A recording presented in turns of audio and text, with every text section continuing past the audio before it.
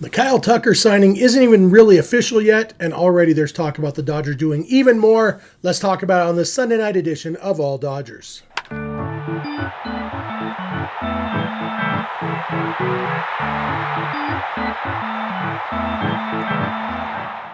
Coming at you live from my mom's basement in Pleasant Grove, Utah, this is the All Dodgers podcast, part of the Bleav Network podcast, brought to you by FanDuel.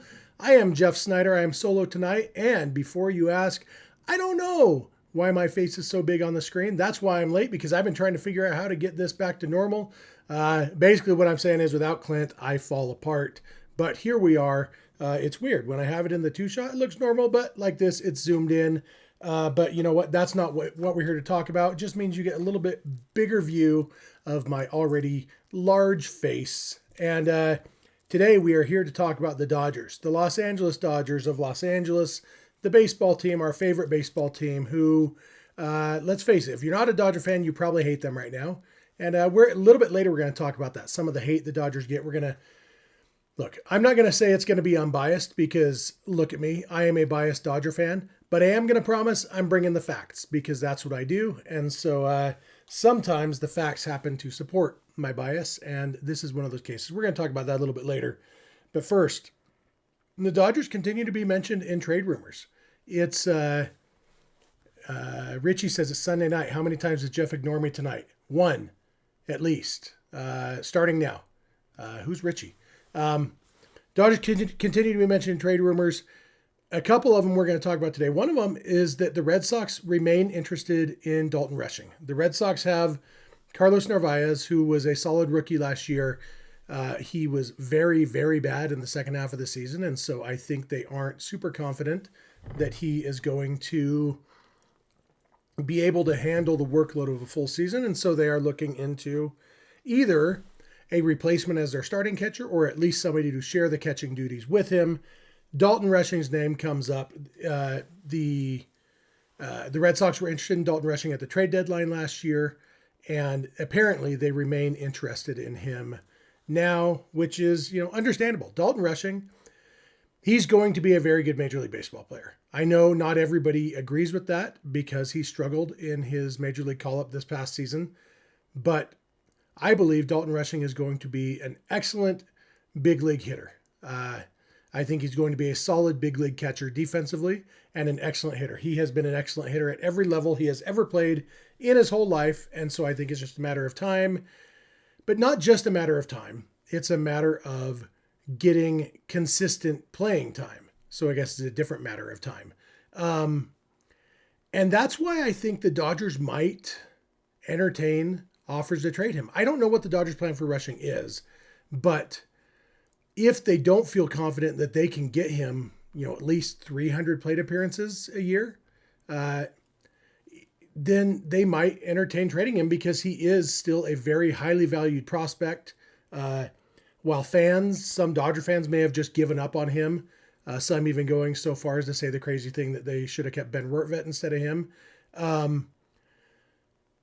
Other teams recognize what Dalton Rushing is, what he potentially could be. And so his trade value is still going to be very, very high. This is an interesting question. I'm trying to keep an eye on the chat while I'm here. You guys know from previous Sunday nights, I'm not always very good at that. Snafu says, how often are you right versus how often are you wrong, Jeff? I don't know. Probably close to the same as other people. I don't know. Actually, maybe I might be wrong a little bit less often than other people, just because I try not to have strong opinions on things I don't know much about. And it's easier to be wrong when you have a strong opinion on something you don't know much about, which will tie into our conversation later. But in general, I do try not to say things I don't know anything about. And so it's easier to not be wrong then. But you know what? Everybody's wrong. I do think when I'm wrong about baseball things, it's that my guesses turned out incorrect. I'm more confident about Rushing hitting than a lot of things. And so maybe I'm a little bit more bold there. So I am setting myself up for the chance of being wrong more than I often do. But I do think that Dalton Rushing will be a very good hitter. This is a good question. And I'm going to get back to Dalton Rushing, but I am going to keep trying to keep an eye on the chat.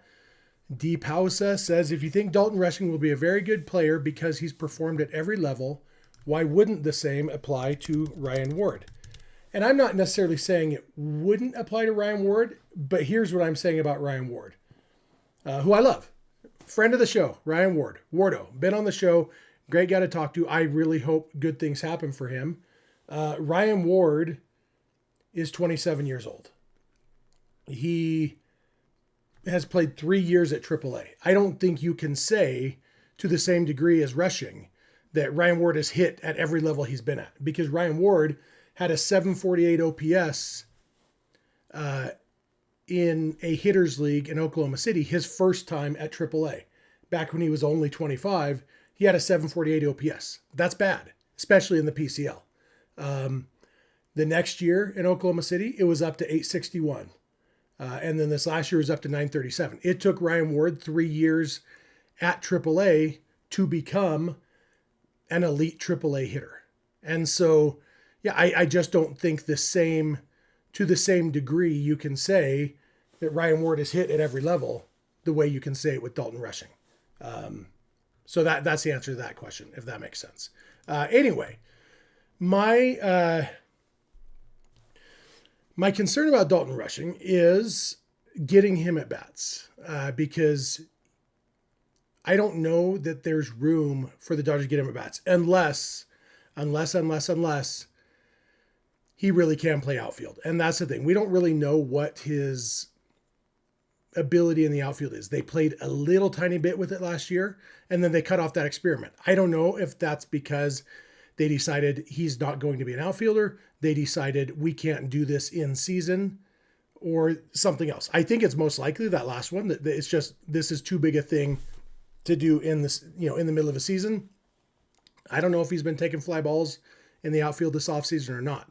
But when you look at Teoscar Hernandez, who is now slated to be the Dodgers left fielder and struggles against right-handed pitching sometimes, if you could get Rushing 2 starts a week in the outfield, in left field, not starting every game against right-handed pitching, but giving Teoscar Hernandez a couple days off against right-handed pitching, plus a day or two catching, suddenly that might be enough. The problem is, if he can't play the outfield, the other 2 logical backup positions would be first base or third base, either Rushing or Will Smith giving Max Muncy a day off.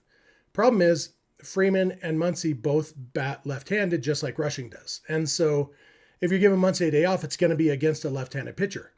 So getting Rushing into the lineup isn't that much of a benefit as a left-handed hitter. It's definitely not the full benefit to him, where it's like, hey, some of your at-bats, we're getting you extra at-bats. They're going to be against tough lefties who we don't want Max Muncy to face. It makes it a little bit tougher to get that advantage. Freddie Freeman, maybe a little bit more. Freeman hits lefties just fine, and so you could give Freeman days off. They wouldn't necessarily have to be against lefties. It's still, Freeman still hits righties better than he hits lefties, like most left-handed hitters do. And so it would be interesting if they said, we're going to give you a day off and it's going to be against a right-handed pitcher. That's hard. The flip side of all of this is kind of related to what Seabad said. Seabad in the chat is very opposed to the idea of trading Dalton Rushing, and he says, what if Will Smith gets hurt? Then what happens? Rushing is an insurance policy. You're in good hands with Rushing. I don't know that you can make a roster decision like this based on what if Will Smith gets hurt. Yes, an injury for a catcher is more likely than for other positions. But I feel like you'd have to go into the season with a plan to get Rushing at bats, even if Smith is healthy, to make it worth keeping Rushing. Unless they have a long-term plan. We know Will Smith is under contract for 8 more years. I can't remember if it was last year or the year before that he signed his 10-year deal, but he's under contract for a long, long time. Are they planning on him being the catcher that whole time? I don't know. And the Dodgers, that's probably what they're trying to figure out is, what do we do? Where are we going with this? Because I think Dalton Rushing is going to hit. It's just a matter of if the Dodgers can find him the plate appearances. And so that's the that's half of the conversation is should the Dodgers trade or consider trading Rushing? The other half is if they do, what could they get for him? And so while I'm not, I'm just going to move past the should they consider trading him and move to assuming they do consider it. I'm on the fence. I don't know what the answer is, partly because I don't have as much information as the Dodgers probably have about do we think he realistically could play a game or two in left field per week? How much do they plan on Will Smith starting? Will they give Freddy any time off? Those are all the questions I don't have answers to, but moving forward, based on the assumption that they are going to consider trading him, we hear that the Red Sox are still interested in him. And so what could a trade there look like? Obviously the big name on the Red Sox is Jarren Duran, who a lot of people are interested in. Jarren Duran could play center field, and that's definitely something of value that it would be. How do I put this? Now the Dodgers have signed Kyle Tucker, or once they officially signed Kyle Tucker, he put it on Instagram. It's real. So now that they have Kyle Tucker, they have 3 starting outfielders. They have Tucker, they have Pages, they have Teoscar. Right now, the plan is for Tucker to play right, Pages to play center, and Teoscar to play left. Getting Jarren Duran would change that, and it would be at the expense of either Andy Pages or Teoscar Hernandez. And so the question would be, okay, do we think Duran can play center field? He's played a lot of center field, and the fact is he's played a very good center field at times in his career. He's played a good left field. Left field's hard to play in Fenway Park because of the dimensions and the wall and everything. I think Jarren Duran is a very athletic outfielder. I think he could absolutely be a solid defensive center fielder. Duran is a guy with some platoon splits, and as a lefty, he gets the benefit where most of the time he's facing the side that he's better against because there's more right-handed pitchers. But ultimately, Duran is a guy who, he's not a great hitter. He's a good hitter. Over the last 3 seasons, he's got an OPS plus combined of 123. That's good. Not amazing, but good, solid. His strikeout rate is a little bit higher than I would prefer, when you've got, so if he's replacing either Teoscar or Pages, we're already dealing with high strikeout rates there with those guys. And so not the end of the world. Would it be Duran replacing Pages and giving up on him while he's young? I don't know. Would it be replacing Teoscar Hernandez? They look to trade him. We saw reports that now the Dodgers aren't really considering trading Teoscar anymore. The other Red Sox outfielder who a lot of people want is Wilyer Abreu. Very, very good defensive outfielder, but he's a right fielder. And so for Abreu, you would be looking at either moving Tucker to left and Abreu in right with Pages in center and still getting rid of Teoscar, or moving Abreu to left. He would probably be a good left fielder. I don't know. He hasn't really done it much, but he's got an excellent arm. He's a very good right fielder, very, very good right fielder. And he can hit, he's a left-handed hitter too, hits righties really well. He is almost at this point, he doesn't, you've got an Alex Call or, whoever, when you're on the heavy end of the platoon where you're a left-handed hitter, so you're getting 75, 80% of the at-bats, it's easier to find a platoon partner for you. But Abreu, I'm just saying he's not without his weaknesses. And so you're looking at that, like, I don't know. Now that the Dodgers have signed Kyle Tucker, I don't know that the Red Sox are really a good fit for them in the trade department. So while the Red Sox may still be interested in Dalton Rushing, I don't know that it works unless they went, something crazy and it just did a Michael Busch kind of trade where we're getting a couple really good prospects for Rushing, who are a little bit further away from the big leagues.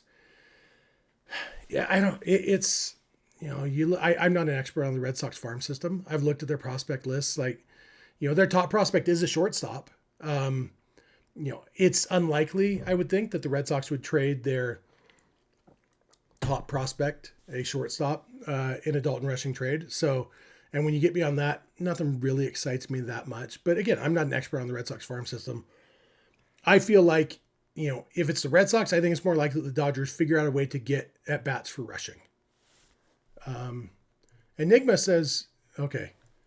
All right, good. Enigma said he can't hear me, but a couple people have said they can't hear me. I'm not muted, Richie. Refresh your YouTube, guys. I don't know what to tell you. I think it's a YouTube thing. I don't know what to do about that. So hit refresh. Thanks in the chat for telling people, giving people ideas. One of you who couldn't hear me, when you get back in, let me know. Let me know if you can hear me when you come back in, because I don't know why YouTube does this. I'm 99.9% sure it's not anything on my end, because I'm not doing anything differently. So with that said, I guess it's possible there's other teams that could be interested in Dalton Rushing. The Red Sox are the main one that's been talked about right now. I just don't see it. I think he is going to be Will Smith's backup, and he's going to get at bats in other places one way or another. I don't know how they're going to do that, but that's what I think. And I could be wrong. Let's talk about our friends over at FanDuel real quick, just for funsies. We're looking at, I'm on the division winner tab still from last time. So let's look at that first. And we have the Dodgers are currently at minus 600 to win the division. I don't remember where they were last time. Let's look at World Series, because that's an easier one to track. They're still at plus 220. It might have been plus 270, but anyway, they're still pretty close to the same. And maybe this is because the Kyle Tucker signing isn't official yet. I'm interested to see if after the news conference, tomorrow or the next day, officially announcing Kyle Tucker, if those odds will change. But you can look at league winners, World Series winners, division winners, win totals. The Dodgers are currently at, let's see, the over-under. Wow. Over-under for the Dodgers over on FanDuel right now is 104.5. That is a crazy high over-under. Let's see, who else do we expect to have a decently high one? The Blue Jays, it's 88.5. The Yankees, 91.5. Let me see, who are the other World Series? Yeah, the Yankees are the second highest World Series favorite, and they're at 91.5. So FanDuel has the Dodgers 13 games ahead of the Yankees next year. That's wild. So anyway, check out all that stuff over at FanDuel, official presenting sponsor of all Dodgers. And with that said, let's jump in. We've got a couple super chats I want to get to before I get my buddy Dan Weitzman, $9.99 super chat, says, if we let go of Rushing, who is the backup for Smith? I saw a couple other people mention that question in the chat. The fact is, backup catcher is not that big a deal. Obviously, with Will Smith, maybe it's a bigger deal because he is a guy they would like to get an extra day off here and there, just because of his history of tailing off at the end of the season. But there are backup catchers to be had. So I don't know who it would be, but it would be somebody, and it would be somebody who's not as good as Dalton Rushing, but roughly as good as Austin Barnes was the last few years when he was the backup catcher. Like, those guys are a dime a dozen. So I wish I had a better answer for you, Dan, but part of the reason that would be something they'd have to figure out. And so maybe that's part of the reason I don't think they're likely to trade Rushing. We got a $4.99 super chat from the Enigma. He says, people say you can't have too much starting pitching. Well, actually you can. There are only so many roster spots, and Peralta has no options. We are going to talk about Freddy Peralta in just a minute. So maybe I'll pop this one back up then, but maybe I'll forget to. And our buddy Raul Robles at $1.99. He says, Pawheads needs to avoid the Outman drop-off. Yeah, I mean, Pawheads and Outman are different kinds of players. Pawheads has shown more promise in some ways, less promise in other ways. But yeah, I mean, that's the key for pretty much every player at this stage of their career. Andy Pawheads needs to figure things out. The way he had a really good stretch last year, and he had kind of some prolonged lackluster stretches. And if he plays good defense in center field like he did most of last year, you can deal with that. But this year, 2026 is definitely a year we need to see the Dodger need to see Andy Pages take that next step in his progression to where he goes from being a promising young hitter to a good hitter. And yeah, that's going to be one of the key things to watch this season is what can Andy Pages do? Can he step up to the next level? The other trade rumor, as I hinted at, is that the Dodgers remain in on Freddy Peralta, apparently. This is according to reports from a few different people. You never know in these reports if they're just feeding off each other or if they, if they actually have different information from different people that's supporting each other.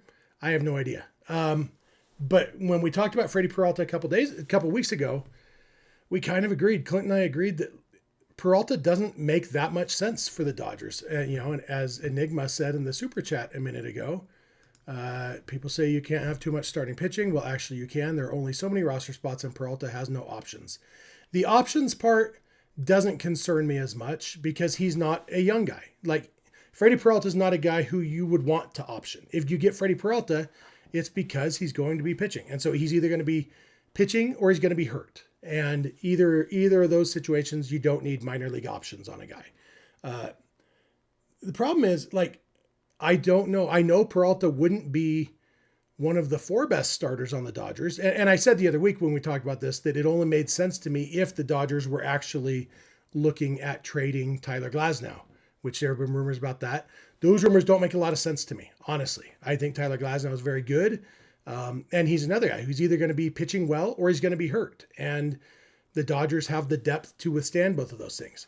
Now, if they are concerned about the health of one of their existing guys, maybe more than one of their existing guys, maybe they want to slow play Shohei Ohtani on the mound like they did last year for different reasons, but kind of same thing.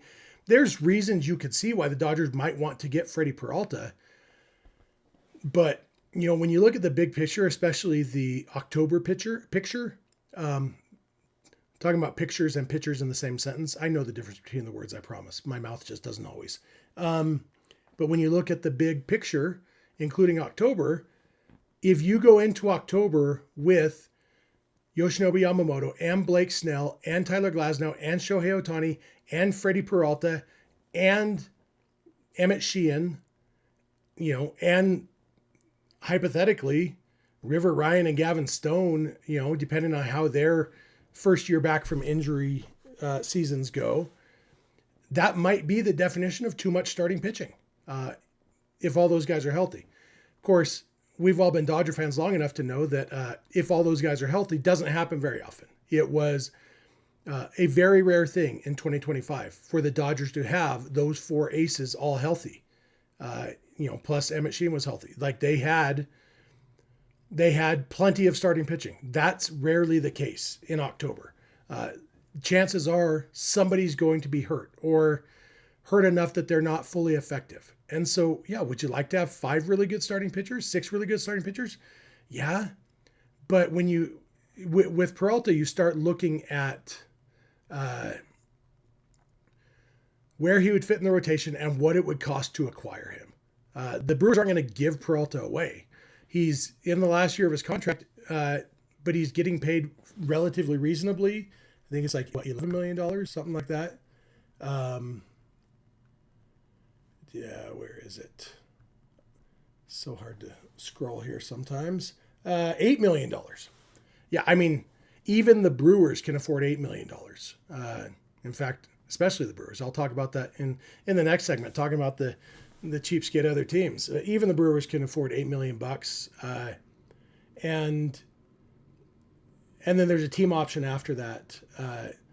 So really 2 years of team control left at very reasonable prices. They're going to want a lot of value for Freddy Peralta.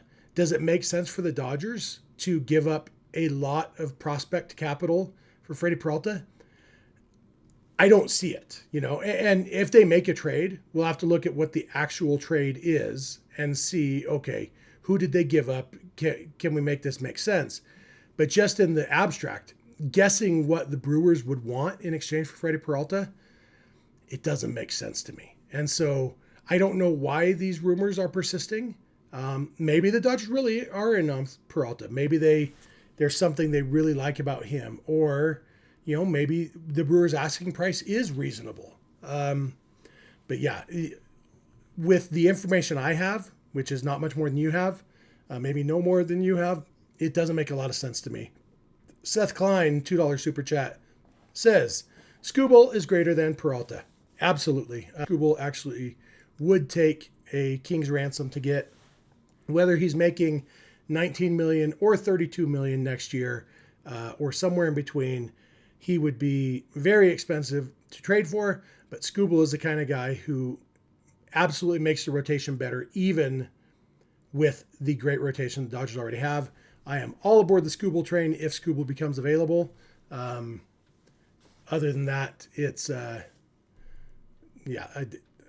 I don't see, Terry Skubal or Paul Skeens became available. Yes, make a trade. Beyond that, I don't see a lot of need, and not even need. I think it actively doesn't make sense for the Dodgers to go after other starting pitching who doesn't fit that, ace level definition. That's my thoughts. Just glancing at the chat, see if I'm seeing anything I want to pop up here on the screen. Nothing's jumping out at me.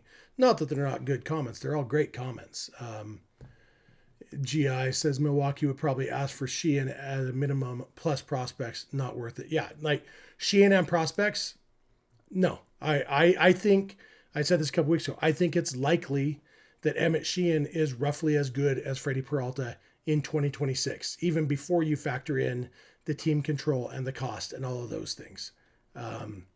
I just, if it's Freddy Peralta, if it's Emmett Sheehan plus, I'm out. I don't like the idea. And Emmett Sheehan, I don't know that I'm high on Emmett Sheehan. I don't know as I'm as high on him as other people, simply because pitchers get hurt, and Sheehan's already been hurt, so maybe he has maybe he has a few years before he gets hurt again. I just like holding on to pitchers is always a dangerous thing, but it's got to be at least an immediate upgrade. And so, yeah, if Sheehan went in a Skubal trade, yeah, it would suck, but I'm on board. But when I believe Sheehan is likely to be roughly as good as Peralta this year, it wouldn't make sense to me there. Let's see. I see somebody talking about Nirvana and Soundgarden. Yeah. I like Soundgarden. I don't like Nirvana. I like Pearl Jam okay. Alice in Chains I was okay on. Soundgarden was my favorite of those bands. Seabad says trade Max Muncy. His stock is high and at the tail end of his contract. I don't know that there's a lot of trade value for Max Muncy with being only 1 year left under team control at his age. With his injury history, I think his greatest value is to the Dodgers. And so, yeah, I don't think Muncy's going anywhere. With that said, I'm wanting to talk about Seattle bands, and Alex Renteria says Seattle also produced our rapper Blake Snell. We were watching the other day the Blake Snell rap video. Me and my son and my wife were watching, and pretty good stuff. Richie Flores says he's a Fleetwood Mac guy himself. I believe, yeah, Richie became a big Fleetwood Mac fan when they first came out, back when he was in his 40s. Get it? Because Richie's old. That's what I'm saying. William Arcamo says Tarek Skubal for Tanner Scott might be the ideal trade. Yeah, I think the Dodgers would do that one. Yeah, I don't think that one's super likely. So, with that said, trade rumors are what they are. I doubt either of these trades. I don't think Dalton Rushing is going anywhere, and I don't think the Dodgers are getting Freddy Peralta. I could be wrong about either of those things. I just don't see either of those happening. I still think they might be active on the trade market. There's still ways they can improve this team. Kyle Tucker takes care of a lot of that. The only the only big trade I could see them making now that Bo Bichette has signed with the Mets, you start looking at, okay, our second base situation. I don't mind the idea of giving Kim a chance, giving Alex Freeland a chance. Guys who we don't necessarily need a guy to tear the cover off the ball. Plus, you got Tommy Edman, who I've said many times, I like Edman playing all over the field. I like, obviously Miguel Rojas. His value comes from he doesn't. I don't think Rojas is a starting everyday player. But with that said, the Dodgers roster is going to be interesting because you look at it right now and you've got 13 position players. There we have locks. We've got Shohei Ohtani, we got Will Smith, and either Dalton Rushing or whoever the backup catcher is. That's 3 spots. We know Mookie Betts, Tommy Edman, Freddie Freeman, Andy Ibanez, Max Muncy, Miguel Rojas, Alex Call, Teoscar Hernandez, Andy Pages. That's 12 spots. And that leaves 1 spot left for either Ha-Seong Kim or Alex Freeland or Ryan Ward. And so you start looking at it and it's like, well, with these guys, that's without Kyle Tucker. So that's 0 spots left for those guys. So the Dodgers do need to make some roster moves because like Alex Call, you just traded for him. He's not a guy you just dump. That's why Clint was so befuddled about the Andy Ibanez signing. Obviously, we've got the potential for Kike Hernandez coming back when he's recovered from a surgery. One thing that will help this crunch a little bit, Tommy Edman might start the season on the injured list. Probably would be my guess. And so that does open up a spot for somebody. But yeah, I mean, just looking at the Dodgers roster crunch, I don't know that there is... They have to make some moves. There's just some cleanup they need to do. Denny Cortez, 1977 was a great year. I was born in 1977 too. So it was okay. Elvis died that year. That was sad. I was 2.5 months old. Yo Boy Yogi says, when do you think the Dodgers make the Tucker press conference? I would guess tomorrow. But maybe Tuesday. Kyle Tucker had a birthday this weekend. I'm sure a lot of it just comes down to logistics, what's going on at the stadium, what's going on in Tucker's personal life. But I would guess in the next day or two, they will be doing that press conference. We'll find out what number he's going to be wearing. He's been number 30. That is taken by Dave Roberts. And I don't think that's going to anybody else. If this was 8 years ago, Dave Roberts probably would have given up his number for Kyle Tucker. But now that Dave Roberts' number 30 is slated for retirement as soon as Roberts goes in the Hall of Fame, I don't see him giving up that number. So, yeah, we'll see what number he wears. Beyond that, I mean, there's not that much intrigue in the press conference. I'm excited to see it. I'm excited to see what Tucker has to say about his reasoning for coming to the Dodgers, all those things. But, don't know when that will be. So, with that said, let's talk about the social media crying about Kyle Tucker. There's a lot that's going into this. One of the things that's been really interesting to me is, and we see this in politics all the time, on both sides of the aisle. This isn't a political point other than to say, it happens all the time in all of politics. You get people who get the same talking points. Like you're like, is somebody writing these talking points for people? Suddenly everybody's talking about the same thing. And I don't really know why that happens, but the one I've seen lately, I tweeted something out about the Dodgers and how other teams ought to be trying harder. And obviously there was you can imagine what the replies were. I did get the opportunity to block a lot of people. I don't block many people on Twitter. But if your response to me having a different opinion than you is to call me the R word, I will block you. And there was a lot of that. Like, no joke, 30 people got blocked for calling me the R word. It was weird. But even more than that was people talking about the Dodgers' unfair advantage. And what they're talking about is the Dodgers TV deal. So if you're not familiar with the Dodgers TV deal, Dodgers get about $330 million a year in their TV deal. And that deal was signed right after the Frank McCourt debacle, the bankruptcy, all that stuff. And one of the things, a deal that Major League Baseball made with the Dodgers was to exempt them from the revenue sharing on some of their TV revenue. Some of that $330 million. Basically, it started as they only had to pay revenue sharing as if the deal was $84 million a year, and then gradually going up by 4% a year over 25 years, the 25 years of the deal, to eventually be paying on the full amount. And then in 2017, they bumped that up to, I think, 130 million instead of 84 million, going up the 4% each year still. Ultimately, what that all adds up to is last year, instead of the Dodgers paying about $160 million in revenue sharing on their TV deal, they only paid about $100 million. They saved about $60 million. So, yeah, I mean, that's an advantage. Now, is it an unfair advantage? I've got a couple thoughts about that. My first thought, before I get to my thoughts about that, is it was really funny to me that nobody has ever mentioned this to me on social media before until this weekend, when literally 50 people did.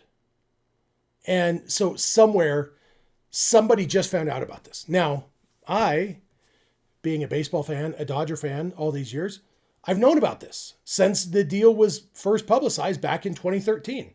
I've known about this for a long, long time. And, not everybody has, apparently. But now that they do, they are real upset about it. So a couple of my big thoughts on this.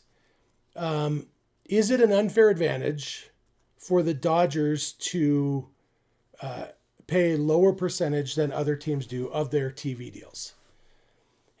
I can absolutely see that argument. I can see why people will be upset. If you look at it in the time that Major League Baseball made the deal with the Dodgers, where the Dodgers were at financially at the time, literal bankruptcy, which doesn't happen very often for Major League teams, you can understand it was an attempt to get them back on their feet. And so that's understandable why they did it. Now, where the Dodgers are at now and all their revenue, yeah, you know what? There's a part of me that wishes that the Dodgers and Major League Baseball would get on the phone tomorrow and say, you know what? We don't need this. Let's go back to, we want to pay on the full $330 million. We want to pay that extra $60 million a year in revenue sharing. Because the fact is the Dodgers don't need it. Because the fact is, you say $60 million. That's Kyle Tucker's contract. People were complaining about the Dodgers before they just signed Kyle Tucker. So even if all this extra $60 million a year does is allow them to add Kyle Tucker, they've been complaining. Like, we got the same exact outrage last offseason as we got this season. And know who the big outrage was about last year? Hae-Sung Kim. Do you remember the meltdown last year when the Dodgers signed Hae-Sung Kim? Like, people thought it was the end of the world. Why did the Dodgers just get everybody? And the fact is, I think most of those people were literal dummies who thought it was Ha-Sung Kim. I think they got the wrong Korean Kim, and they do have very similar names. But people were up in arms about the Dodgers signing either Hae-Sung Kim or Ha-Sung Kim, neither of whom is the caliber of player of Kyle Tucker. People are going to complain every time the Dodgers do anything, no matter what. So yeah, I would be fine. I would probably even like it if the Dodgers voluntarily gave up that advantage on the revenue sharing. But let's talk about revenue sharing. The fact is, every team in baseball gets at least $200 million up front in revenue sharing. Half the teams in baseball didn't spend even $200 million on their roster last year, which means 15 of the 30 major league teams are not even spending the money they get from revenue sharing. Forget their own ticket sales. Forget their own jersey sales. Forget their own concession sales. Forget their own parking lot money. All that stuff, before any of that comes into play. Forget their own TV deals, for that matter.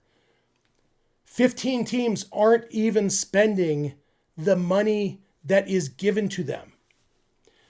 I don't think it's unreasonable to say, you know what, the bare minimum is that you have to spend at least the money you're getting for free without doing any work for it. After that, if you want to be stingy with the money you made selling hot dogs, that's fine. But with the money you made from the Dodgers selling hot dogs, you got to spend that on players. And look at it this way. If I should have done these calculations before I started talking, but let's see if I can do it really quickly. I don't know how quick I'm going to be on this, so I'm just going to talk about things while I'm crunching numbers on my computer. What I want to see is how much more money would that be if those 15 teams were spending the $200 million that they're getting for free. So I'm plugging that into Google Sheets right now, creating a new spreadsheet because spreadsheets are my love language. And we've got these 15 teams. They are spending it. This is 2025 payroll. Those 15 teams combined to spend a total of $2.2 billion-ish on payroll. What they should have spent, 200 million times 15, what's that? 3 billion, right? So if they had spent what they should have, I'm putting in what they actually spent, that would have been an extra $756 million in free agency, going out to free agents. Guess what would have happened if other teams were spending an extra $756 million? The Dodgers wouldn't be getting everybody. That's the thing. And I made this point with Kevin the other night when the signing was first announced about Kyle Tucker. No one team can compete with the Dodgers. The Dodgers have more money. The Dodgers even have more money than Uncle Stevie, who owns the Mets, who's the richest dude in the world. Dodgers have more money. They can spend more. They make more money. The Shohei Ohtani factor is real. The Dodgers knew it would be. That's why they signed him. In addition to what he does on the field, the sponsorships, all that stuff, the extra money he brings in, they are absolutely at an advantage there. So, a lot of people, what I said on social media the other day, a lot of people were like, oh, you just think every team can spend as much as the Dodgers? No, that's why I didn't say that. What I said was every team could be doing more, or at least a lot of teams could be doing more. These 15 teams that aren't even spending the money that's handed to them could be doing more. And if they were, there would be an extra $756,458,158 in the free agent market, which would mean that while no one team could sign all these guys, one team could sign one of them. The point I made on Twitter, the Dodgers have Freddie Freeman because the Braves wouldn't give him a 6th year. The Braves last year, they did at least spend more than their revenue sharing. So good for them on that, I guess. They were at $234 million. But if the Braves had given Freddie Freeman a 6th year, the Dodgers wouldn't have Freddie Freeman. If the Red Sox had been willing to pay Mookie Betts, the Dodgers would not have Mookie Betts. If the Angels had just matched the Dodgers' offer for Shohei Ohtani, which he gave them the opportunity to do, the Dodgers would not have Shohei Ohtani. And so you don't need one team to compete with the Dodgers. You need a bunch of teams to just try a little harder, because if the Dodgers don't have Freddie Freeman and Mookie Betts and Shohei Ohtani, they would sign different guys, but maybe not 3 MVPs like that, and maybe the Dodgers aren't as good as they are right now.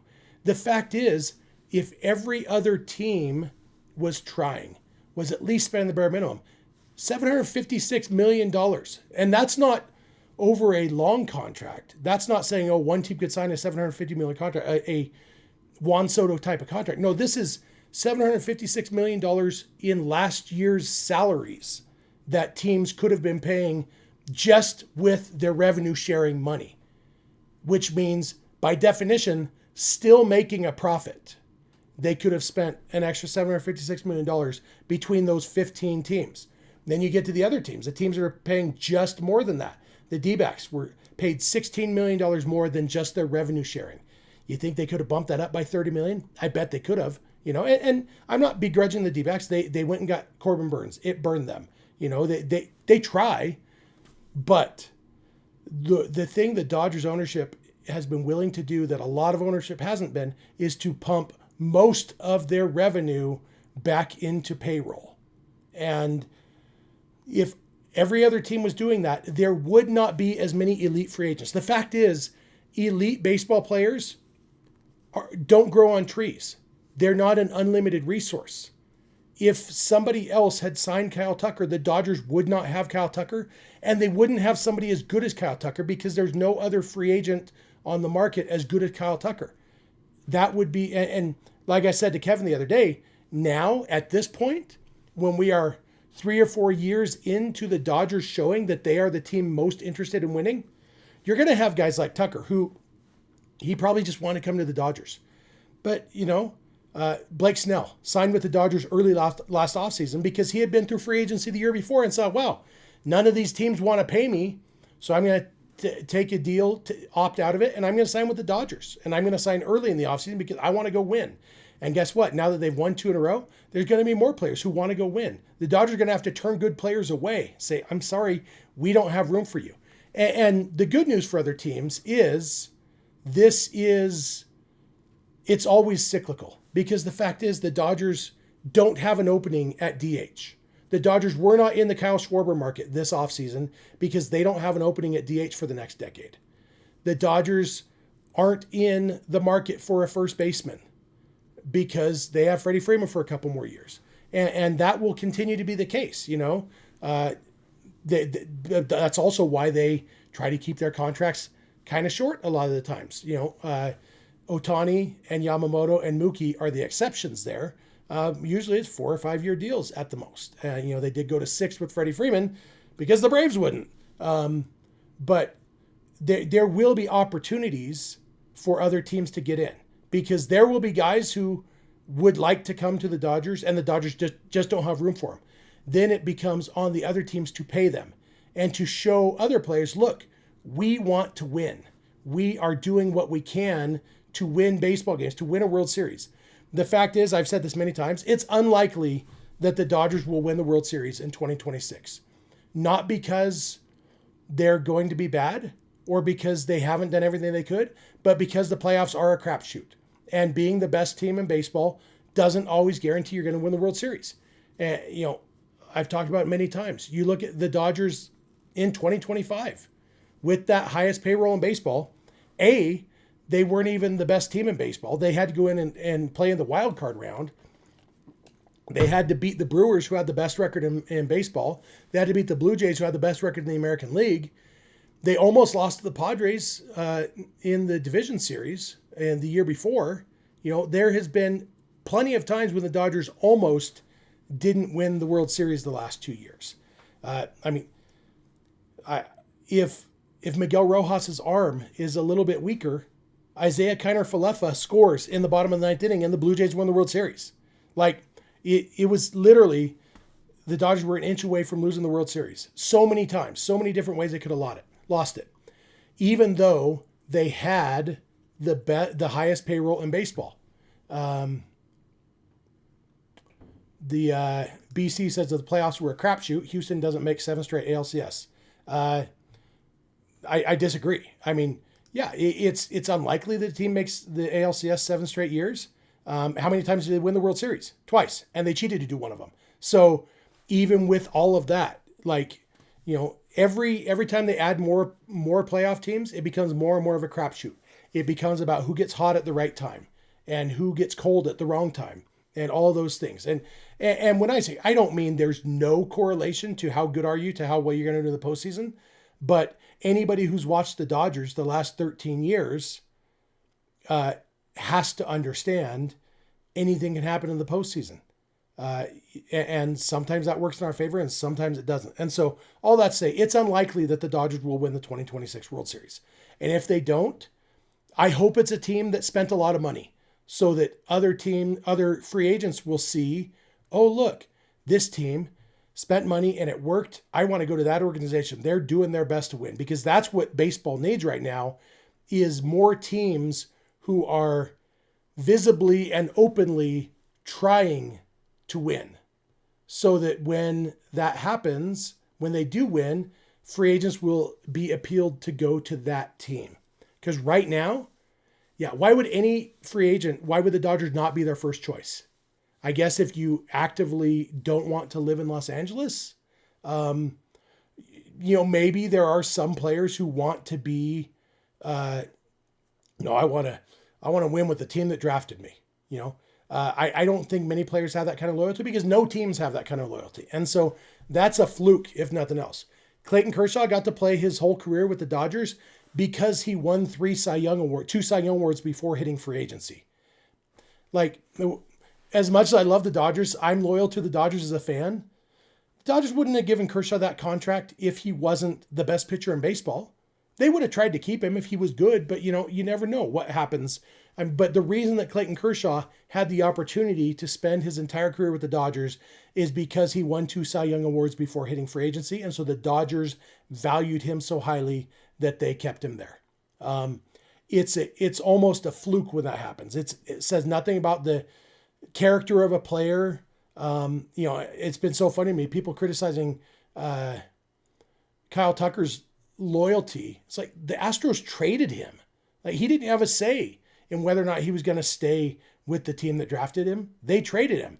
Why would he have loyalty to the Cubs? Because I played there 1 year and my defensive numbers look bad because Wrigley Field's a stupid place to play baseball. He's a free agent, and that's how it is with the vast majority of players. And so the thing that is going to change all of this, everybody wants to go to the Dodgers, is for other teams to try harder and for it to work out for them, even though it'll be a fluke. Whichever team wins the 2026 World Series will get lucky in order to do it.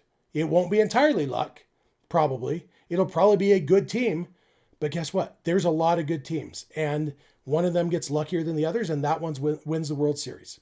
That's the bottom line. And so that's going to change this more than people think a salary cap. And this is when I was talking earlier about people having strong opinions of things they don't know about. I think there is a very big issue in baseball fandom in that a lot of baseball fans don't understand that baseball is very different from other sports.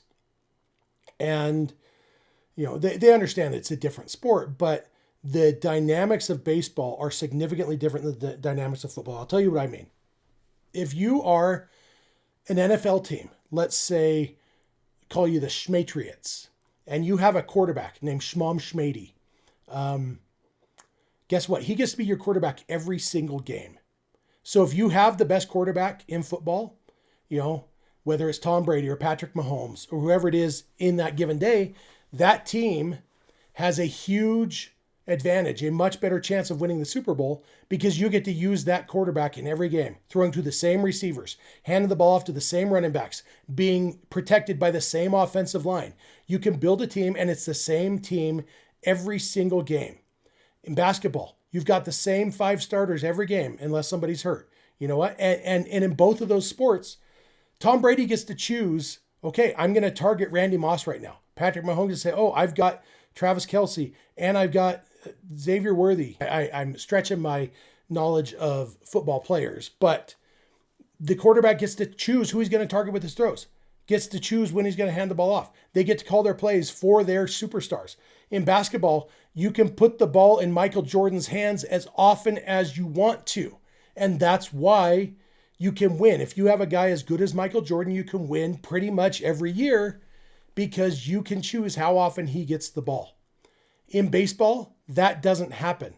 You don't get to choose who's today's starting pitcher is. I mean, you do, but you can't use the same guy every game. You don't get to choose, this is the biggest moment in the game. I want Shohei Ohtani up at bat. Sorry, you get Miguel Rojas instead.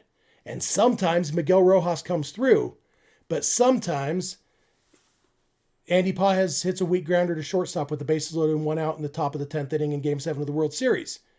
You can't choose who takes those at bats because the lineup is set. You don't get to choose who pitches because starters go every 5th or 6th day. It's just, baseball is different. You are playing Your team is different every game, and your opponents are different every game. And that's why the record, some NBA team, I think the NBA record for wins in a season is like 73 or something. Some team went 73-9. The equivalent of that in Major League Baseball would be over 140 wins. The record is 116. It's just so drastic. In football, you've had teams literally go undefeated. A team go literally undefeated. Another team go undefeated in the regular season and then lose in the Super Bowl. You've had teams go 0 or 1 loss over the course of an entire season and postseason. That's the equivalent of a team winning somewhere between 150 and 162 games in a Major League Baseball season. It's just different. Baseball is different than the other sports. Why am I talking about this? Because salary cap. It's the same thing. People look at, if baseball needs to fix this, we need a salary cap so the Dodgers can't spend all this. In the last 25 years, it's more likely that a team outside the top 10 in payroll will win the World Series than a team in the top 10. It's payroll. I won't say it has no relation to team success in winning the World Series. It's a very weak correlation.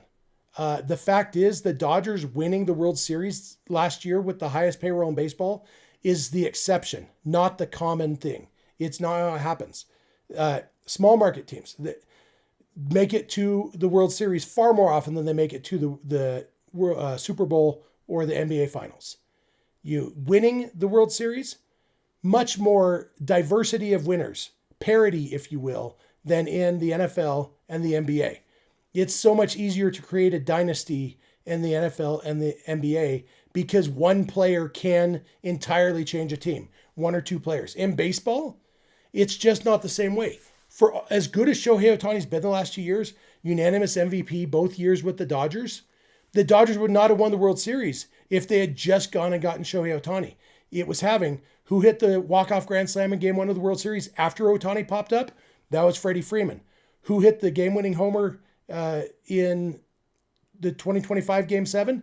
Will Smith. Who hit the game-tying homer? Miguel Rojas. Who hit the homer to bring him within 1? Max Muncy. Shohei Ohtani did his part, absolutely, but one player can't carry a team. Yoshinobu Yamamoto, World Series MVP. Guess what? He only pitched in 3 of the 7 games in the World Series. He did great in those 3 games. He deserved the MVP, but a starting pitcher can't carry a team. This is just, you cannot build a dynasty in baseball the way you can in other sports. And the Dodgers are doing their best to do it, and they absolutely should be. They owe it to us, the fans, who pay a lot of our money to enjoy our Dodger fandom, to give us the best product possible. Guess what? 29 other teams owe it to their fans too. It doesn't make sense to me why it's true, but it's absolutely true. There are people who are just as passionate about the Miami Marlins as I am about the Los Angeles Dodgers. Why would you be that passionate about the Miami Marlins? I don't know, but there are people. I'm just picking on the Marlins. You pick a team. The Royals, the Twins, the Nationals, every other team, they have fans just as passionate as you and I are about the Dodgers. Their owners owe it to them to try to win. Instead, they're throwing their hands up and saying, we can't compete with this, so we're not even going to get within 300 million of them. We'll show them. We're going to whine about it and shut down baseball after the 2026 season until somebody says, we'll give you even more money. Why would we give you more than the 200 million you're already getting if you are the Miami Marlins who spent $86 million on payroll last year? $114 million less than they were handed before their ticket sales and their hot dog sales and their jersey sales. Did anybody buy a Marlins jersey last year? Can't imagine. But you know what? They didn't even spend half of what they were handed. So quit whining about it. White Sox, why were you terrible? Because you spent $108 million less than you were handed for free. Rockies, why were you terrible? Well, $54 million, and your stadium shouldn't exist. Baseball shouldn't exist in Colorado. But beyond that, you're bad at this. The Dodgers are good at this. The Dodgers, every way you can build a team, the Dodgers are good at. And this is, like I said, I'm biased. Doesn't mean I'm wrong. I'm talking facts. The Dodgers have the number 1 farm system in baseball. How do you do that when you never draft higher? Dodgers haven't had a pick in the top 10 of the draft since they drafted Clayton Kershaw who now has as much gray in his beard as I do. That's the last time the Dodgers had a high draft pick. And yet they have the best farm system in baseball. How? They develop players well. They make smart trades. They make smart drafts. They identify guys, hey, this guy who's still available in the 4th round, we think he could be something. They identify guys, hey, this guy in the Padres minor league system, who's a two-way player right now, we think he could be something. Let's give him Matt Beatty for River Ryan. And I don't know how those guys are going to pan out in the big leagues, but right now, Dodgers have the best team in the big leagues and the best minor league system. They're good at trades. They're good at free agent signings. It's not just spending money. Padres spent money. Guess what? Dodgers signed the right players. That's why I'm confident in Kyle Tucker, because the Dodgers signed him. Like, it's almost a self-fulfilling prophecy. And it's not foolproof. It's not 100%. We all know the name. I think we've decided in our Discord that we are not saying the name of last year's Dodgers left fielder anymore out loud. Nothing against the guy. I feel bad for him. Respect him as a person. Glad he won't be on the Dodgers this year. That was a clunker of a free agent signing. Guess what? They still won the World Series. There have been a couple clunkers, but when you look overall, and even that guy, he who shall not be named, was a good teammate. His teammates liked him. Like, he wasn't a clubhouse cancer. You didn't hear about drama in the clubhouse. I just saw today, Mike Schilt said the reason he stepped down from the Padres manager was he was tired of being the principal. He wanted to go back to being a teacher, using the school analogy. He wanted to be a coach and not a manager. It made me so glad that the Dodgers don't need a principal. Like, I don't know what Dave Roberts' role would be in that school analogy, but it's definitely not principal, unless he's the cool principal who rides a skateboard to work, But, like, the Dodgers are just so good at putting together a team. And yes, the money helps for sure. But other teams have spent money. The Mets have spent almost as much as the Dodgers. They didn't even make the playoffs last year. There are constant reports about drama and discord in their clubhouse. Like, they're not spending it wisely. The Dodgers are good at this. And so if they implement a salary cap, guess what? The Dodgers will still be the best organization in baseball. If they implement steeper revenue sharing, guess what? The Dodgers will still be the best organization in baseball. The only way to make the Dodgers not be the best organization in baseball would be to actually implement rules that say the Dodgers can't do this, but everybody else can. And they're not going to do that. So the fact is, the Dodgers, whatever happens, if there's a lockout, there's not going to be a salary cap. Because here's the thing.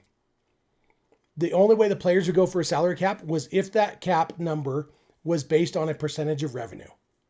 The money that actually came in. And you know who would object to that? Almost every owner. Because that would mean that they would have to admit how much money is coming in. The fact is, these teams are growing in value every year. And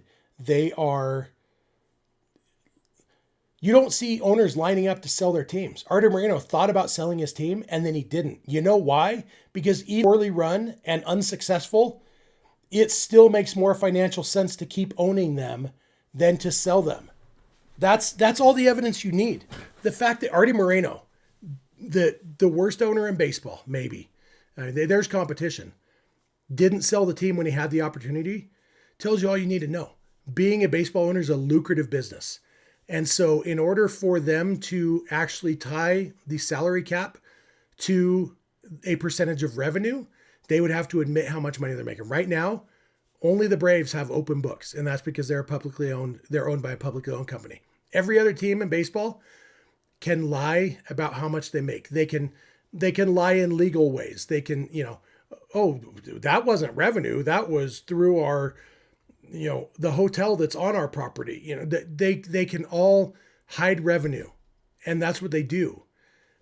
The only way they're getting the salary cap is if they open up those books, and that's never going to happen. And so, people will absolutely blame the players. People will blame the Dodgers, but until owners are willing to open their books to actually be honest about their revenue, there's not going to be a salary cap. And the reason they don't want to do that is because players would be getting paid more if they open their revenue books and we saw and say, okay, we get 47% of that number, guess what? That's a lot more than we've been getting paid now. And that's why every attempt in the past to implement a salary cap has failed, because the owners aren't going to open their books, because then everyone will know, man, they are making a lot of money. And yeah. And so the key is for other teams to try harder. And again, I'm not saying for other teams to spend $400 million on payroll like the Dodgers.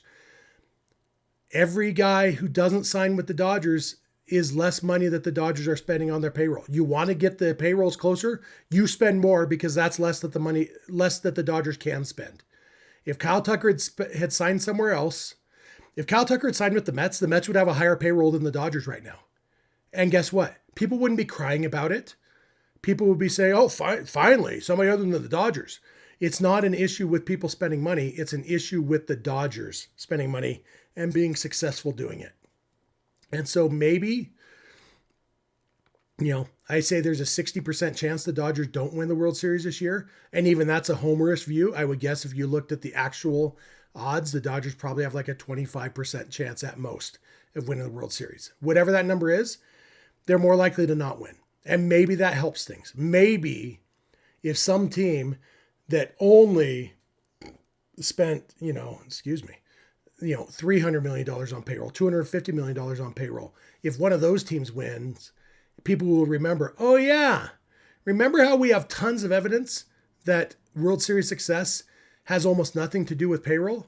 Yeah, here's more evidence of that. Okay, maybe we don't need to shut down this sport, because the fact is nobody makes money if the sport shuts down. And that includes owners. Owners like making money. That's why I've said I'm not convinced there's going to be a lockout. I think it would be so stupid. And I think the vast majority of baseball owners didn't get where they got by being stupid. And so I just don't see, not that it's not possible. I just feel like they're going to figure something out, and they're going to realize, this would be terrible for all of our wallets if we shut things down. And so we'll see. But it would be stupid for them to shut the sport down when everybody is making more money right now. Even the owners, like a salary cap would come with a salary floor. Do you really think the Marlins ownership is going to vote for a system that tells them you have to spend at least the money you're getting in revenue sharing? Like, you have to double your payroll. I don't think they're going to go for that. It's a good system for everybody right now, except for the fans of the teams that aren't trying. And the way to fix that is their owners, not our owner. Dodgers ownership has nothing to do with how hard the Chicago White Sox are trying. Maybe I shouldn't use the White Sox. They actually did sign some guys this offseason. They're trying to try. I don't know if they're good at spending money, but they're at least starting to spend some money. And the Dodgers will remain good at spending money. So you put a limit on how much they can spend, they'll still be better than the other teams at spending that much. You put a limit on, anything. The Dodgers are going to be better than the other teams at it. And that's just going to continue to be the fact. And yes, that's Dodgers homer bias. I'm okay with that. I've got 4 thumbs downs on this episode. So apparently some of the fans of the Marlins have shown up and said, why is he talking about my owners not spending any money? I think I got another super chat or 2 coming in. Robles $1.99 says Moneyball ruined baseball. I don't think so. I think Moneyball, the fact is, the Dodgers are a Moneyball team. They're a Moneyball team with money. But Moneyball, the whole point of Moneyball, and not necessarily the movie, but the book. I've only seen the movie one time. I've read the book a dozen times. The whole point of Moneyball was identifying market inefficiencies. And the Dodgers are so good at that. The Dodgers look at, how can we appeal to free agents? Well, what if we spend $100 million totally redoing our clubhouse area so that the 12 hours a day that they spend at work is awesome and comfortable? That's something. It doesn't count towards revenue. They don't have to pay revenue sharing on that. It doesn't go towards the luxury tax. It's just smart spending of money. The Dodgers statistically, when you look at the statistics, and in Moneyball, it was on base percentage. That was a statistic that teams didn't value the way they should have. They didn't understand my favorite concept, that the opposite of on-base percentage is getting out percentage. And if we called it getting out percentage, people would understand a lot more how important it is, because outs are the only thing that's limited in a baseball game. So the more often you get out, the more you're hurting your team. That's why on-base percentage is the single most important statistic in baseball, because the opposite of getting on base is getting out. That's what the A's realized, and a couple other smart teams back during the time that Moneyball was written. On-base percentage, every team understands that now. So Moneyball isn't about on-base percentage. Moneyball is about identifying market inefficiencies and finding ways to be successful without having to spend as much money. And so that's not what ruined baseball, because there are teams right now that are being successful without spending as much money. The Brewers were 22nd in payroll last year. The Brewers spent $56.5 million less than they got in revenue sharing, and then they had the best record in baseball because they're good at it. So Moneyball's not ruining baseball. It's the teams that don't want to spend any money and aren't smart enough to identify market inefficiencies. And some of it, there's just not as many market inefficiencies to identify anymore because of money. So now teams, guess what? The answer now is sign better players. And, we all know who the players are.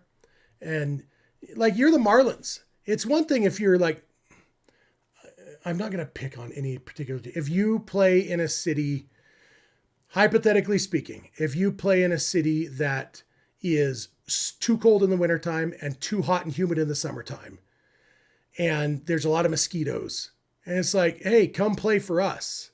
And maybe your retractable roof dome doesn't even have air conditioning in it. So even with your retractable roof, you have to play in the hot humidity sometimes.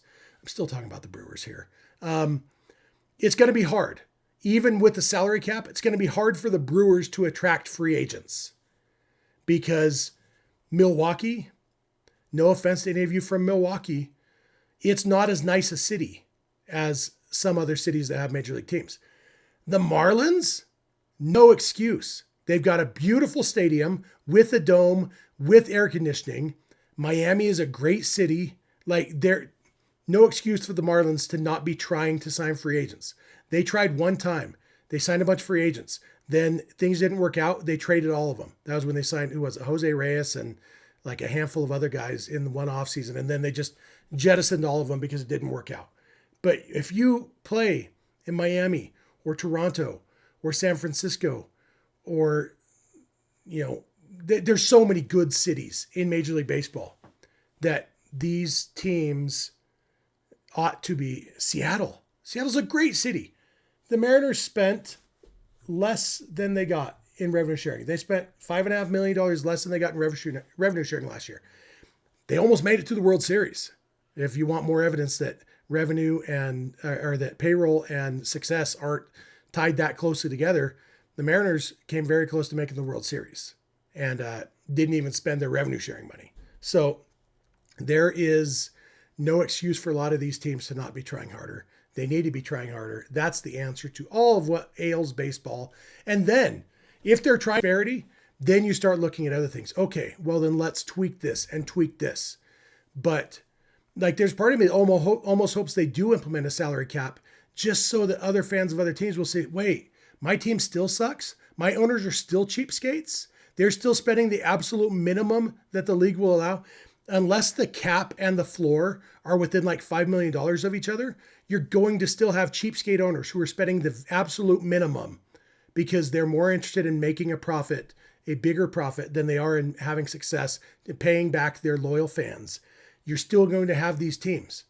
And so it may close a little bit, but the fact is the teams that are willing to spend now will be the teams that are willing to spend then too. So I almost hope there is a salary cap just so people can say, wait, I thought the Dodgers were supposed to be terrible now. How come they're still the best team in baseball? Because they're just the best team in baseball. I think that's all I got to say for tonight. Mike Lopez, $2 super chat, says, bring Skubal and Peralta already. Let's go for a 7-peat. Definitely not room for Skubal and Peralta. But bring me Tarek Skubal. Absolutely. You want to hear about the Dodgers ruining baseball. Imagine if they got Tarek Skubal.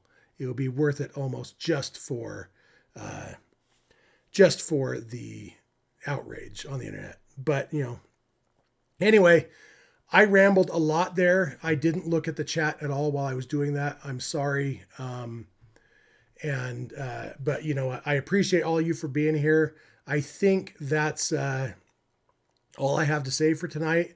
If there's anything pressing you want to pop into the chat right now, before I go, I can answer a couple questions or comments or whatever. Alex Renteria says, Jeff rant this evening. Yeah, you know what? I spent a lot of the weekend thinking about this, reading replies to my, just the unhinged replies to my reasonable tweet. It made it, it got me thinking about this stuff. And I don't like conflict, honestly. I read the comments on YouTube. I don't like when people criticize me. I'm sensitive. I'm a big teddy bear. And so I probably ought to just ignore things, but you know what? Sometimes I just don't.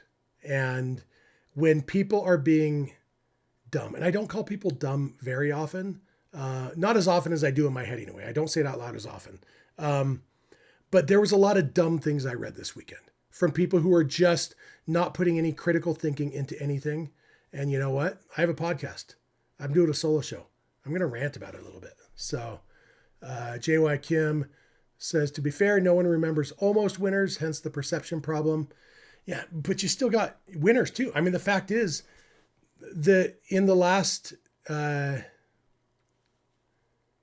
12 seasons, there have been 9 different World Series champions. You can't say that in any other sport.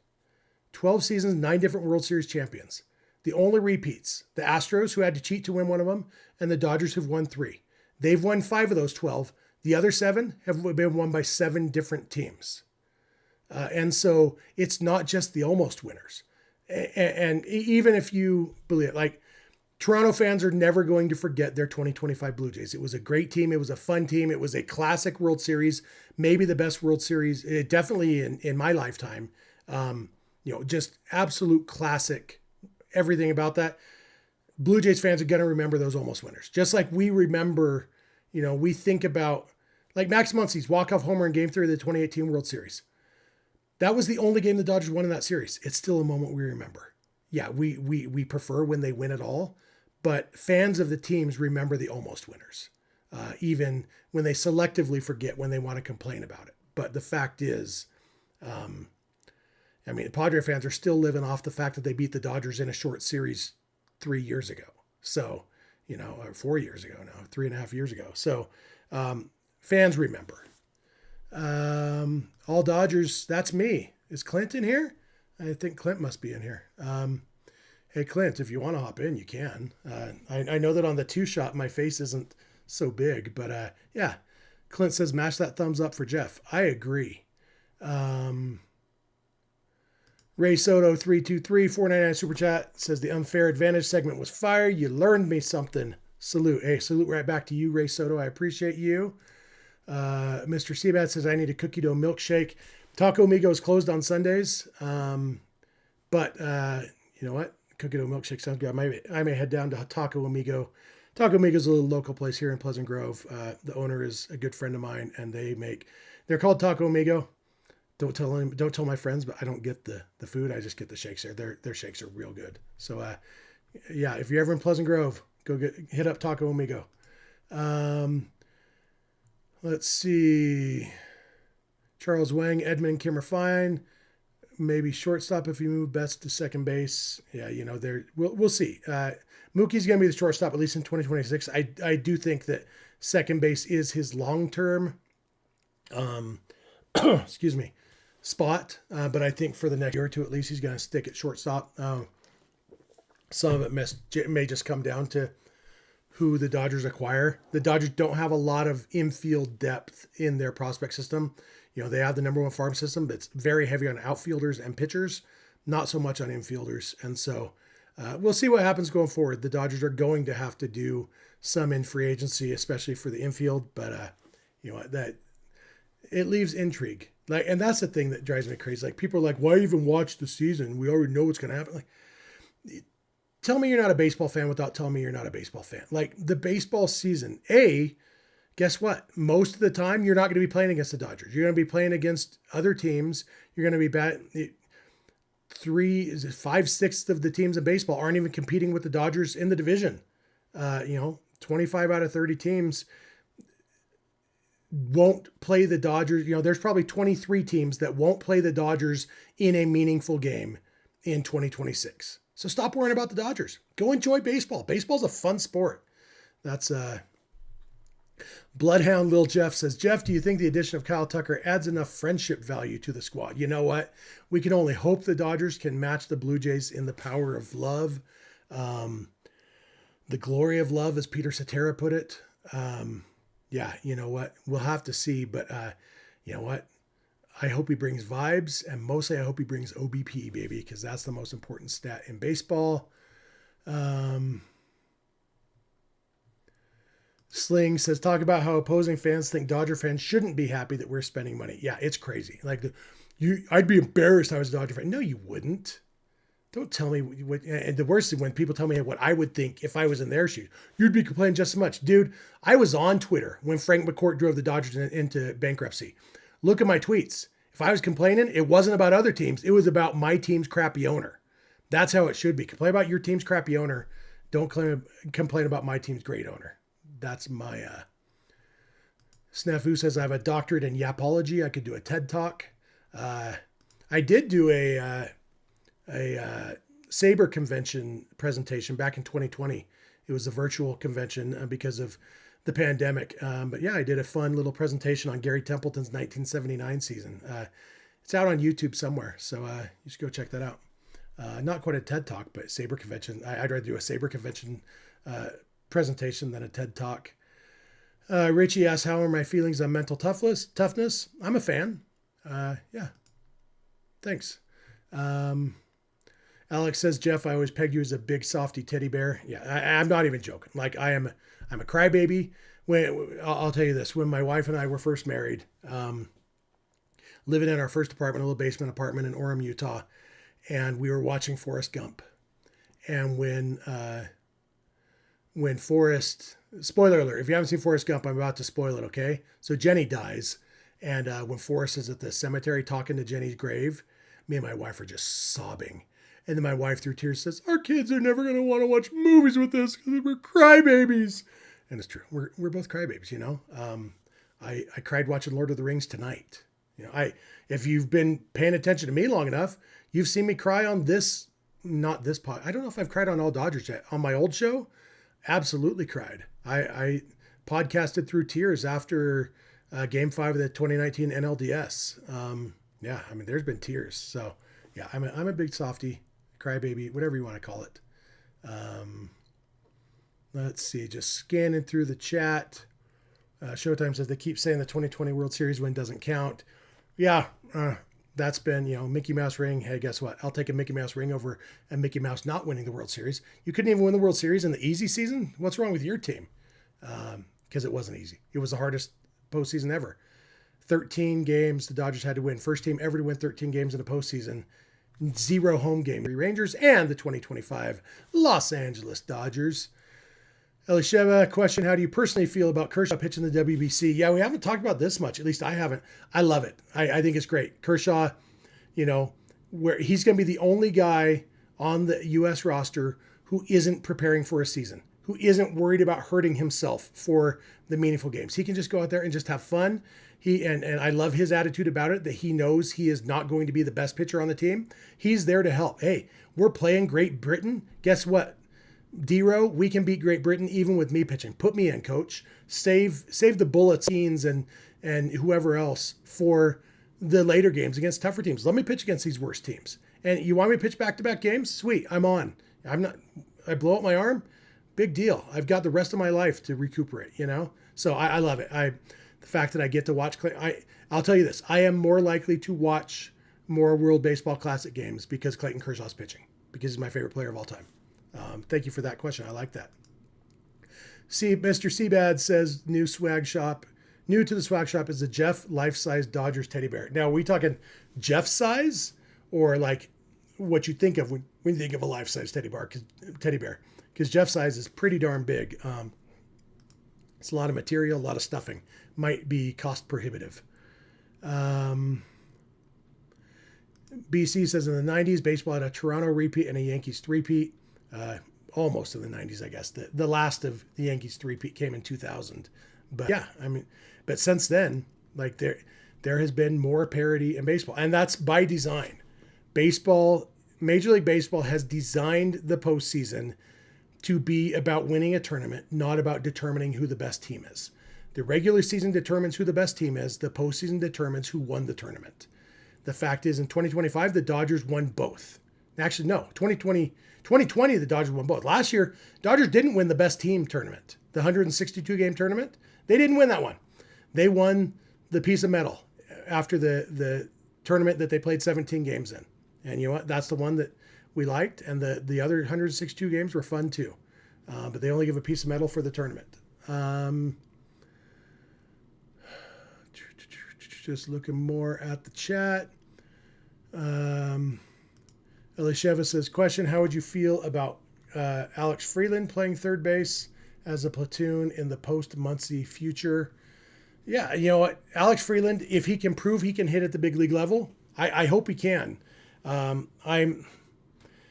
don't know about Freeland. I don't know if he's going to hit at the big level. He never hit great in the minors. He hit fine in the minors. But not to the point where you think, oh, this guy's going to be a great hitter in the big leagues. And so is he going to hit well enough to play regularly in the big leagues? I don't know. I hope so. I like the guy. I like his defense a lot, but I think he's going to need to hit a little bit better. So, Bloodhound Little Jeff, I remember when we almost won the JV title my senior year. You were on JV as a senior? What's wrong with you, bro? Let's see. People popping up the Jeff emoji here in the YouTube. If you join as a YouTube member, I think there's like a $1 or $2 level where you can just get the emojis, and there's now a new Jeff emoji. Also, if you want to join our Discord server, go to patreon.com/realfrg. $5 a month gives you access to our Discord server. We have a lot of fun in there talking Dodgers. Elisheva says, question, are you assuming we'll have a 2026 lockout? No, as I've said, I think they will avoid it. I wish I was sure they would avoid it, but I still think it would be so stupid to have a lockout, and there's so many people who aren't stupid involved in the process that they've got to solve this. And at least maybe there's a nominal lockout where, all right, we're locking you out just to get the sides to the bargaining table. I don't think that we're going to have a lockout. Maybe that's what... maybe I'm locking down my opinion. I've said I don't think there's going to be a lockout. I don't think there's going to be a lockout that impacts the 2027 season. I'll put it that way. Where there's a lockout to start the offseason, there might be. I guess wouldn't start the offseason. It would be beginning of December. There might be a lockout in December. I don't think it will be long enough to impact next season. That's my thought. Raul mentions I'm at 90 minutes now. Almost. I got a minute and a half left to get to 90 minutes. Richie says, where is it? Richie says, how about doing a rant from the DeVore Man Cave? Yeah, I guess we'll see what happens. Stranger things have happened. Stranger things did happen. The finale was a couple weeks ago. Let's see. A la Billy says, if the 2027 season gets canceled, what will Jeff do? I don't know. Spend more time with my family, I guess. No, I'm absolutely not in favor of the season getting canceled. I was in high school for the 94 strike that ended the 94 season, the World Series, and delayed the start of the 95 season. Not a fan. I did still have minor league baseball, which was nice. Back then, minor leaguers weren't part of the union. I assume a lockout would impact minor league baseball also if it happened this year. And so, but yeah, that year, 94 was the first year that the Lake Elsinore Storm had come to my ancestral hometown of Lake Elsinore. And so I was down at the Storm Stadium every single night in 94 and in 95 until I left for college. I went to every Storm home game that wasn't on a Sunday in 94 and then in 95 until mid-August when I left for college. So like a week or two before the season ended. So I went to the vast majority of home games those 2 years, and that's what I did to get by with no baseball then. But yeah, I mean, I think now with a wife and 3 kids and friends and stuff, it would suck if there was no baseball season. I'd spend more time with them and I'd be excited when it came back. I don't think it's going to come to that. What else do we got here in the chat? People talking about the possibility of Alex Call getting traded. It's definitely a possibility.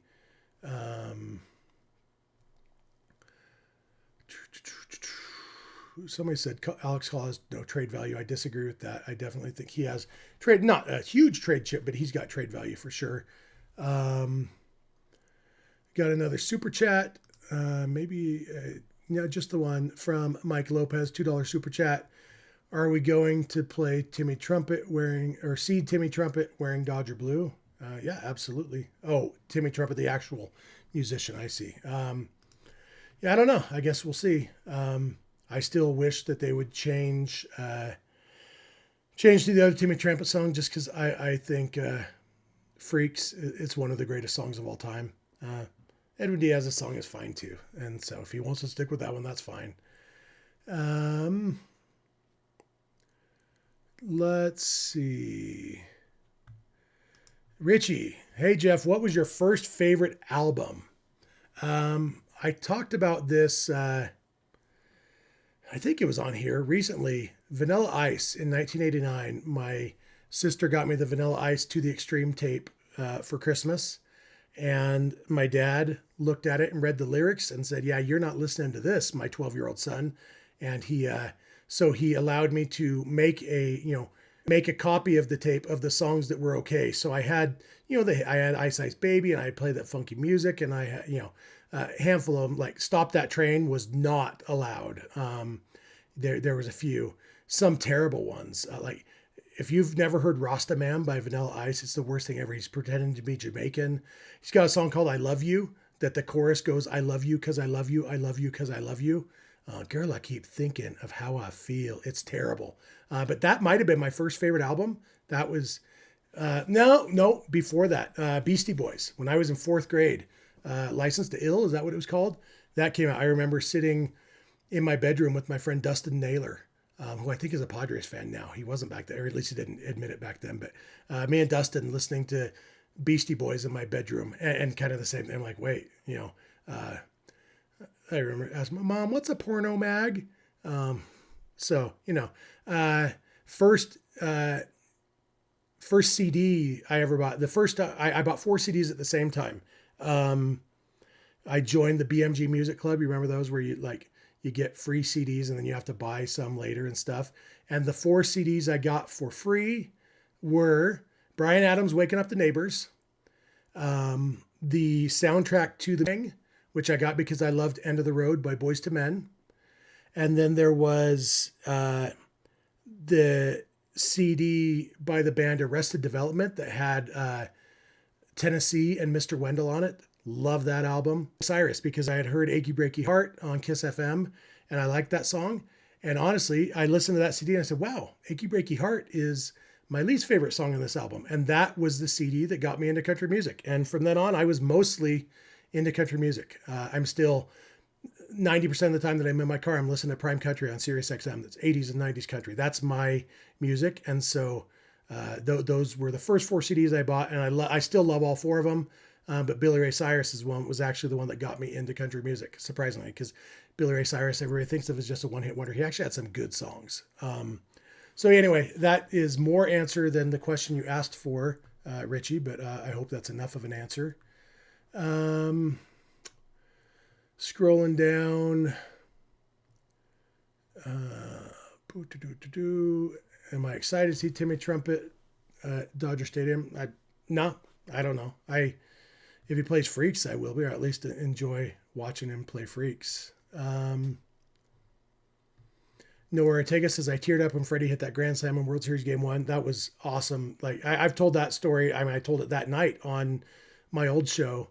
But where I was down at a baseball tournament in St. George, Utah for my son's team.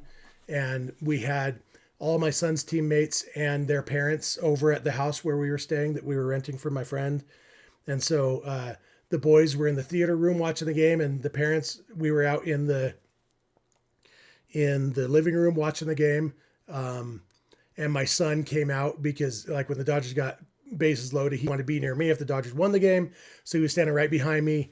Freddie hit the grand slam. I was clutching my pillow. He hit it, and I just threw the pillow across the room and just, yeah, I don't think I cried, but it sure was emotional. And my son came over, jumped on me, gave me a big hug. It was awesome. And even like game 7 of 2025, when Rojas hit that home run in the 9th inning, it was one of the most surreal baseball moments of my life. And it's a core memory for me and my sons, and my wife. It was the 4 of us sitting there in that room together. And like, I will never forget the look on my son's faces. And they say the same about my face, just such disbelief.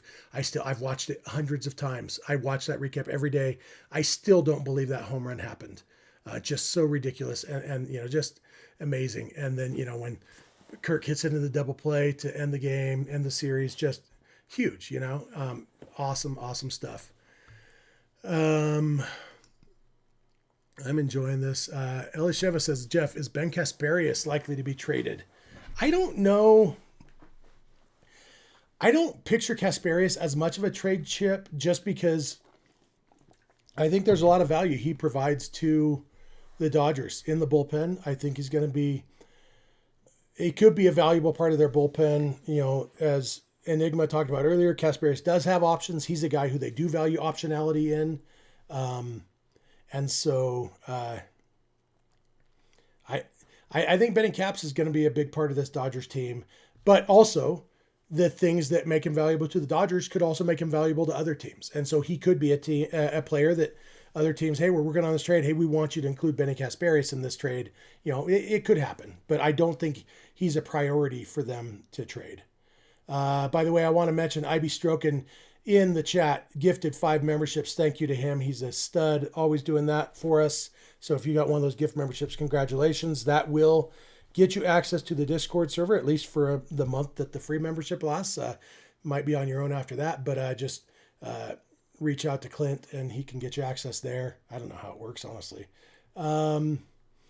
Alex says, Jeff, at least they weren't tears for losing the World Series. No, I did that in 2017. I was at Game 7 and I cried at Dodger Stadium. Strangers saw me cry. And that's what made it worse when I found out 2 years later that the Astros had cheated to win that one. Like, you made me cry in front of strangers and you didn't even earn it. It was frustrating. Is the team building the gondola to ruin a certain someone's parking lot business? I don't know if that gondola thing's ever actually going to happen. It's an interesting idea, but it's just, yeah. I think if I was a multi-billionaire, I probably would buy the Dodger Stadium parking lot and just try to fix that situation. Because it is like, it's really the only thing about Dodger Stadium that's not perfect. And I don't know what the solution is. I don't know if there is a solution, but it seems like there's got to be something better. And, part of living in LA and being in LA is understanding that traffic is a part of life. Let's see. We need to get a 4-peat. We're halfway. That's what Noah says. Seth Klein points out the Dodgers did not lose a single series in 2020. Just saying. Yeah, I remember going into that postseason, I ran the numbers and they had only, because people were worried about the 3-game series against the Brewers. And I looked at every stretch of 3 games in that season, and there were only 3 of those out of 58 3-game stretches. Dodgers only would have lost a 3-game series 3 times out of 58, even in the regular season. It was a dominant season for sure. What else do we got? Every time we get a new message, my thing is bumping. It's weird. But I'm trying to, so I'm seeing who received the gift memberships from IB Stroke. And yeah, it looks like there's more than 5 there, aren't there? Let's see. Oh no, maybe it is just 5. So thank you, Again, I'd be stroking. Elisheva asked Jeff, how do you feel about Nolan Arenado moving to the D-backs? We talked about this a little bit the other day. I feel better about it now than I would have back when Nolan Arenado was a good baseball player. Good for them. I like Arenado. I hope he bounces back at least somewhat. I think it's fun when the D-backs are competitive, but I don't see that happening. Elisheva also, she got a lot of good questions, asking who my favorite current Dodger is. Now that Clayton Kershaw is retired, it's a good question. There's so many guys I like. And I've mentioned before, like 3 guys who I always loved before they were Dodgers were Freddie and Mookie and Shohei. They were 3 of my favorite players before they came to the Dodgers. I felt like the Dodgers were doing it for me personally. And some of it was because they were great players, but there's a lot of great players. But those 3 guys are so likable. I just love all 3 of those guys. I'm a huge Tommy Edman fan. I love Max Muncy. Big Will Smith fan. Teoscar's smile. I don't know. Will Smith. There's so many. If I had to choose, I'd probably go with. The way I'm trying to think of it is if one of them called me tomorrow and said, "Hey, can we be best friends?" Which one would I be most excited about? And I think it's Freddie Freeman, but it could be Mookie Betts. But I love him, and that's without even getting to the pitchers. Like there's just so many guys on this team that I really, really like, and so, but I'll go with Freddie Freeman. But it's close. I just love them all. I guess I'm a little bit behind on the chat because I just saw Seth say families are overrated. We need baseball. So that must be, from when I was talking about that. Snafu says, did you go to BYU? Because I know you love that team. I did go to BYU. I actually don't care much about college sports at all.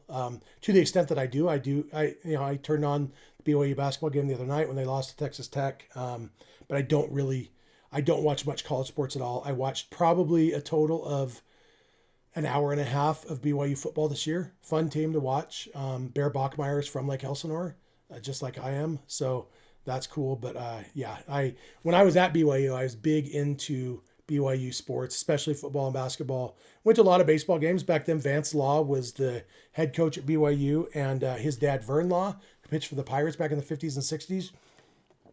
He would come to all of the games, and I used to sit next to Vern Law and just talk baseball with him. It was so cool. So I always regretted that the first thing that I ever asked Vern Law about playing on the Pirates in the 50s and 60s, should have asked about Roberto Clemente, one of my favorite players of all time. Instead, I asked, was Harvey Haddix as funny looking in real life as he was on his baseball cards? And you know what? The things we ask when we're dumb and young. But look at a picture of Harvey Haddix. Dude was funny looking. Let's see. Noah, tell everybody who's not in the Discord what would your starting lineup be? I'm not going to get into that right now. I assume we're going to dig into that sometime with me and Clint, or maybe all 3 of us, sometime soon-ish. We'll talk about potential starting lineup with the addition of Kyle Tucker. Might wait until we're more sure that they're done adding, but I don't talk about potential lineup. Let's see. Showtime asks, when will Tucker and Diaz jerseys be available? I don't know. Tucker, we won't know for sure until he announces what number he's wearing. I maybe you can already get a Edwin Diaz jersey. I don't know. I don't buy a lot of jerseys. So I don't follow that very closely. I just remembered I need to check my website, see if the big hats for my big head are available yet. Alex asks, did you dress like Vanilla Ice and dance like him? I did not dress like him or dance like him, but I did shave lines in my eyebrow when I was in 8th grade. So hope that's good enough for you. I still know all the words to most of the songs on the songs on my edited version of the tape. I know enough to know that the tape version that I had, the lyrics to Play That Funky Music, White Boy, were different than on the CD version that my wife got. The CD was released later, and the words to Play That Funky Music were different. So that's kind of weird.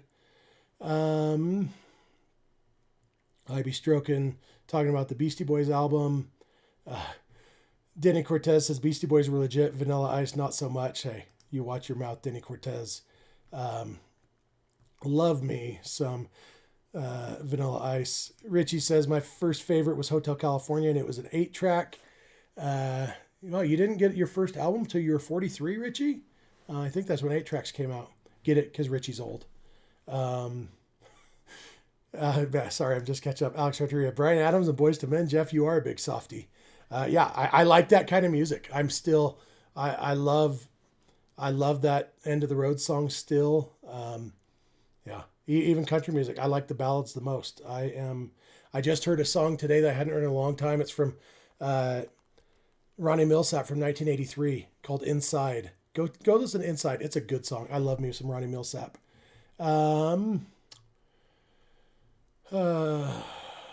Just scrolling. I'm probably going to miss some because I'm trying to catch up to more recent comments now. Wow, there's a lot. Ala Billy says, I want to see Jeff Pop and Lock. I know the Pop It Lock It Polka Dot It song from the Hannah Montana movie. Does that count? Probably not, I'm guessing. It's probably not going to win me any points with this crowd. Seth Klein, $2 super chat, asking my starting lineup. I already answered that. We'll get to that sometime later, probably this week. Enough people want that, I think. Pat Dwyer, $10 super chat. I'm confident that there's an LLM that could redesign that parking lot in about 10 minutes. I don't know what LLM stands for, but I assume I can get the gist of it from the context. And I agree. Yeah, I think that there's probably ways that parking lot could be improved. Denny Cortez says, I picture Jeff singing his heart out driving to LA. So it depends on what you mean by driving to LA. When I drive from my home in Utah to Southern California, I usually don't listen to music. I will usually listen to audiobooks or podcasts when I'm doing a long drive. But when I'm driving from my parents' house in Lake Elsinore to Dodger Stadium, I always have it on Prime Country, mostly because my brother, who's usually with me, country music, and even more, he hates hearing me sing along to country music. So that's part of our tradition, is me annoying him by singing along to 90s country while driving to Dodger Stadium. So, yeah, I'll talk about country music all day long. If you want to play a fun game, pop any 6 consecutive words from any 90s country song in the chat, and I'll tell you what song it is. That if that won't drive away viewers, I don't know what will. Seth Klein, how did you feel about Go Ninja Go by Vanilla Ice? That was after Vanilla Ice sold out. I'm not really into the Teenage Mutant Ninja Turtles era of Vanilla Ice. I'm really a To the Extreme era. But yeah, Vanilla Ice, he is what he is. Ray Soto, I thought I could picture you singing Fortunate Son. Never mind. I like that song, but it's not 90s country, so it's not like my favorite.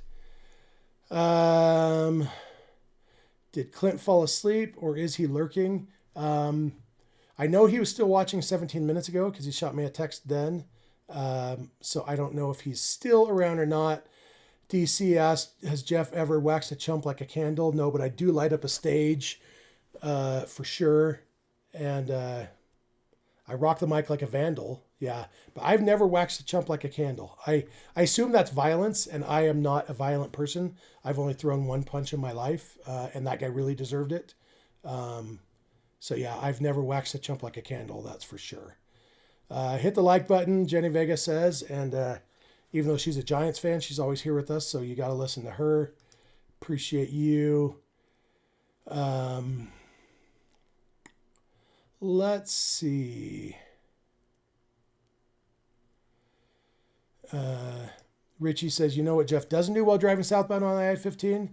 Keeps driving past Devore. Yeah, I do drive past Devore every time I drive down there. Sometimes I notice I'm driving past it and laugh at you, Richie, but sometimes I just drive past it without even thinking about it. And I'll tell you, when I was driving back, when I went down 2 weeks ago for the funeral in Elsinore as a quick trip, did I tell you guys about that? So we were down at Bryan Head Ski Resort in closer to southern Utah with my family, and I drove from there to Elsinore on Saturday morning, went to the funeral, and then drove back to Bryan Head. So like 13, 14 hours of driving that day. But on my way back, I actually almost stopped to say hi, Richie. But I literally, you're going to think I'm joking because this kind of thing I would say is a joke, but I didn't think of it till I was at What's that exit? I talked to Clint about it. The not Foghorn Leghorn, Cleghorn Road. I didn't think about it till Cleghorn Road, and so there's no way I was going to turn around and head back to Devore. But I did think about it. I just a little bit too late. Ivy Strogan says 90s country was the last good era in country, but there's good music coming out. Yeah, I definitely prefer 90s country, but mostly because that's what I'm familiar with. The stuff I hear that's more current, I really like. I was just listening to some Noah Khan the other day. Is he country? He sounds countryish to me. I don't know. But I like him. I like his voice a lot. Alex says I can picture Jeff singing Neon Moon. You know what? I'm not a huge Brooks and Dunn. I like Brooks and Dunn. I saw them in concert. They came and did the Stadium of Fire, the big 4th of July concert at the BYU football stadium that they do every year. Brooks and Dunn came in 2007. My wife and I went to that. Our son, who's now taller than me, was only a few months old then. I enjoyed it. But yeah, Brooks and Dunn, like there's a lot of country bands that I like more than them. I'm a huge Little Texas fan. Diamond Rio's my favorite band from that time period for sure. But I love Little Texas. I love Black Hawk. So I like Brooks and Dunn, and I'll sing along to Neon Moon for sure. But yeah, not a huge Brooks and Dunn fan. Ray says karaoke night at Jeff's. I did karaoke a couple times, but never again. I mostly only sing to annoy my brother at this point. Noah says, Jeff, you mentioned you only punched someone once. Which MLB player would you punch if there were no consequences? That's hard because even like the guys I don't like as baseball players, I don't know if I dislike them as people. Like genuinely, the one person I punched, I was in 7th grade, and there was an eighth grade kid who was picking on a mentally challenged kid. And then he got in my face because I told him to knock it off. He got in my face. What are you gonna do about it, fat boy? And so I knocked him out.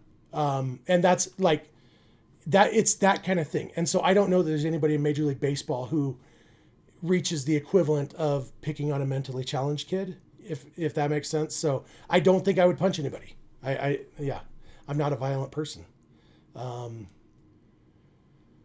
Denny Cortez says, I only like the old gangster country, Johnny Cash, Merle Haggard. I saw Merle Haggard in concert at the Lake Elsinore Diamond in 1994 and 95, one of those first 2 years that the stadium existed before I left for college. Merle Haggard came with Shenandoah, and I went to that concert. That was a good concert. I like Merle Haggard a lot. I like Conway Twitty a lot. I like David Allan Coe, some of those older guys. I mean, all those guys who were in the Highwaymen. I like Willie Nelson and the guy who did the Dukes of Hazzard theme song. His name's escaping me right now. Let's see. Elisheva asks if I will be going to spring training this year. I don't know. I hope I'll get down there. I'm with my full-time job now. It's really going to come down probably to whether or not my son is playing in a baseball tournament down there. If he is, I'll take the time off work to go down. If not, I don't know if I'll be able to. Snafu says, well, if I have money, I tell you what I do. I go downtown, buy a Mercury or two. That's way too many words. That one's easy. That's Mercury Blues by Alan Jackson, although I believe it was a remake. I think it was a song from a couple decades earlier. But Alan Jackson's another one who kind of the same boat as Brooks and Dunn. I like him fine, but he's not in my top 10 for sure. He's one that I never got into as much as some others. DC says, Jeff, remember this one? The smile on your face lets me know that you need me. Yeah, that's when you see nothing at all. Keith Whitley originally did it, and then Alison Krauss, and then Boyzone did it, and I like all three versions. Another thing, like, I'm a big fan of boy bands. Boyzone, Backstreet Boys, NSYNC, Westlife, big Westlife fan. I like boy bands a lot too. So if that doesn't ruin your opinion of me, I don't know what will. What else we got? I guess I'm almost at 2 hours now. Sometimes these Sunday night shows turn into 2-hour shows. I didn't intend to do a show this long tonight, but I did fall asleep on the couch tonight while my wife was watching the first Lord of the Rings movie. I was pretty tired, so I took a little nap on the couch. And so, I don't love the fact that I have to be up in 7 hours and 57 minutes and I'm still podcasting. But you know what? There's worse things. Let's see. Richie talking about me punching the 8th grade jerk said I displayed mental toughness. That's probably true. One of the only times I've displayed mental toughness. Let's see what else we got. Sorry, I can't read and talk at the same time. Reading is hard enough. $1.99 super chat from Noah. Will your new job affect how many games you'll see?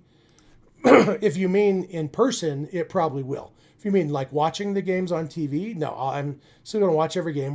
I'm just going to deal with less sleep during the season. We're going to podcast after the games a lot of the time. So yeah, I'll still be watching every Dodger game. I don't know how many trips to LA I'll be able to make, but it won't be 0. I'm sure about that. Let's see. George Strait and Zach Top are elite. That's what Bloodhound Little Jeff says. George Strait is my second favorite country singer of all time. My favorite is Colin Ray. But George Strait, I love George Strait. Seen him in concert a few times. Absolutely love George Strait. In fact, people ask the question, if you were on a deserted island and you could only take one person's music, who would it be? It might be George Strait because I love it and there's so much of it. For the same reason, Barry Manilow would be in the consideration because I love his music and there's a lot of it too. So, yeah.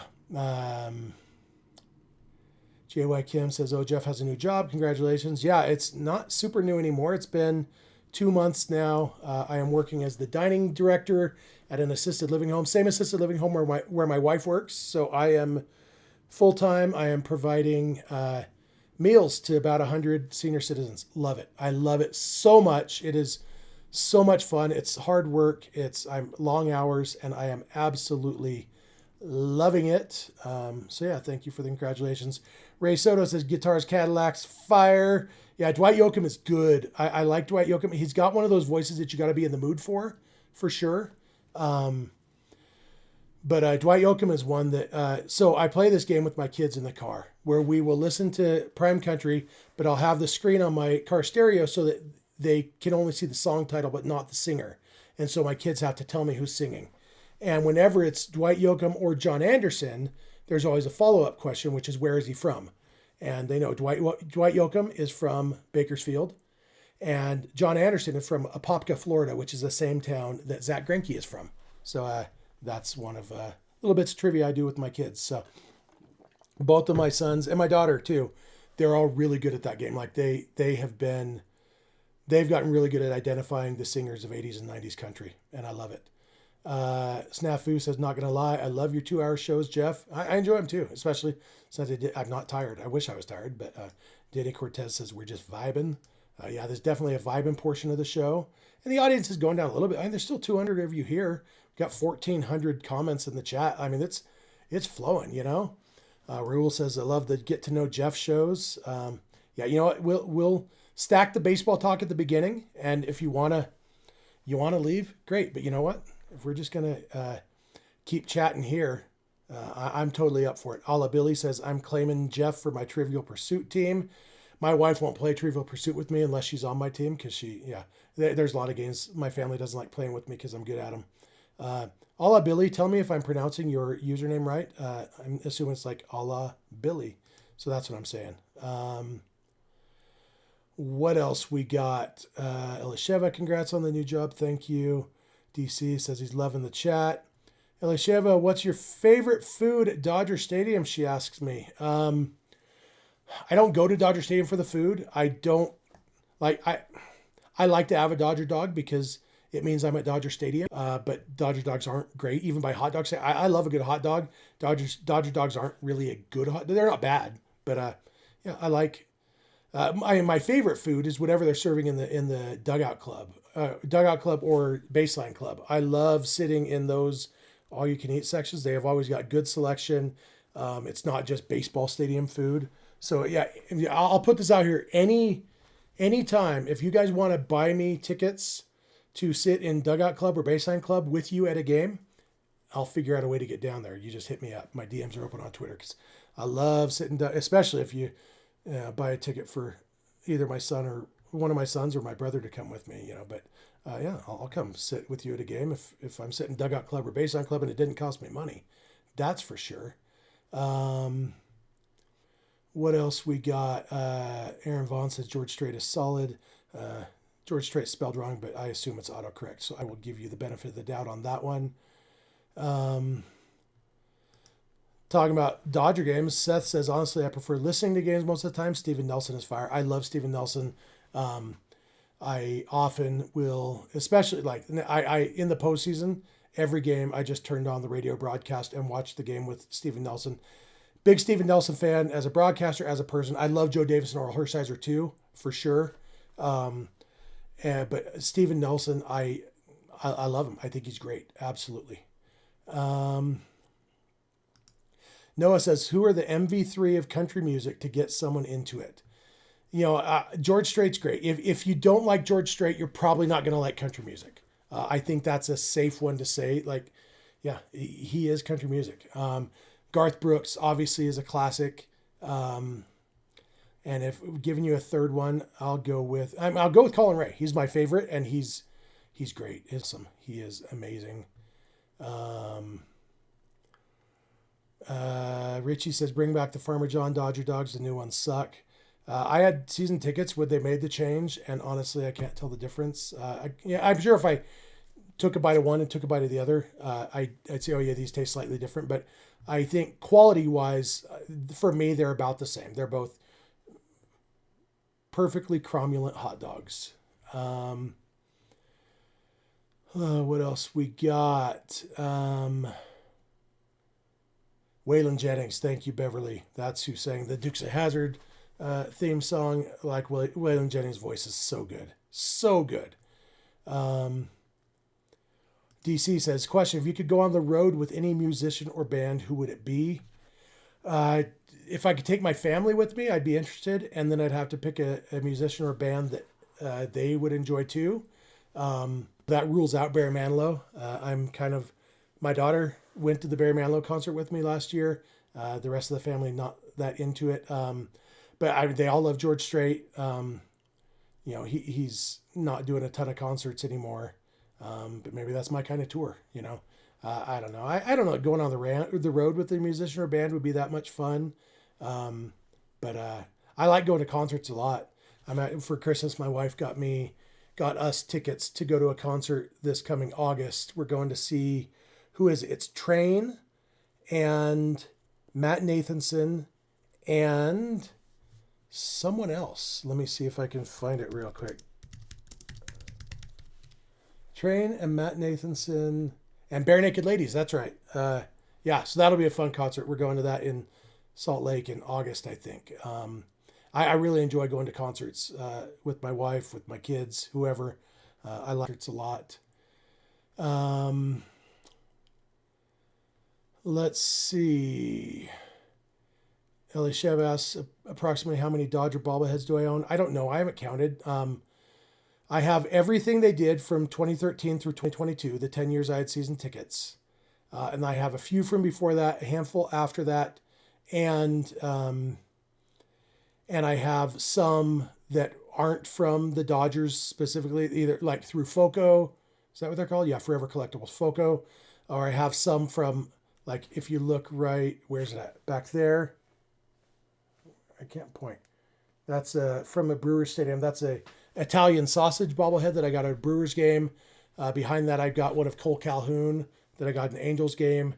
So I got a handful of those. You got some from minor league stadiums. So, but I would guess I've got, I don't know, 140, 150 would be my guess, at least on the shelves. And then I've got over in this cupboard over here to my left, I've got dozens of duplicates. So ones that are already on the wall, I've got more of them back there.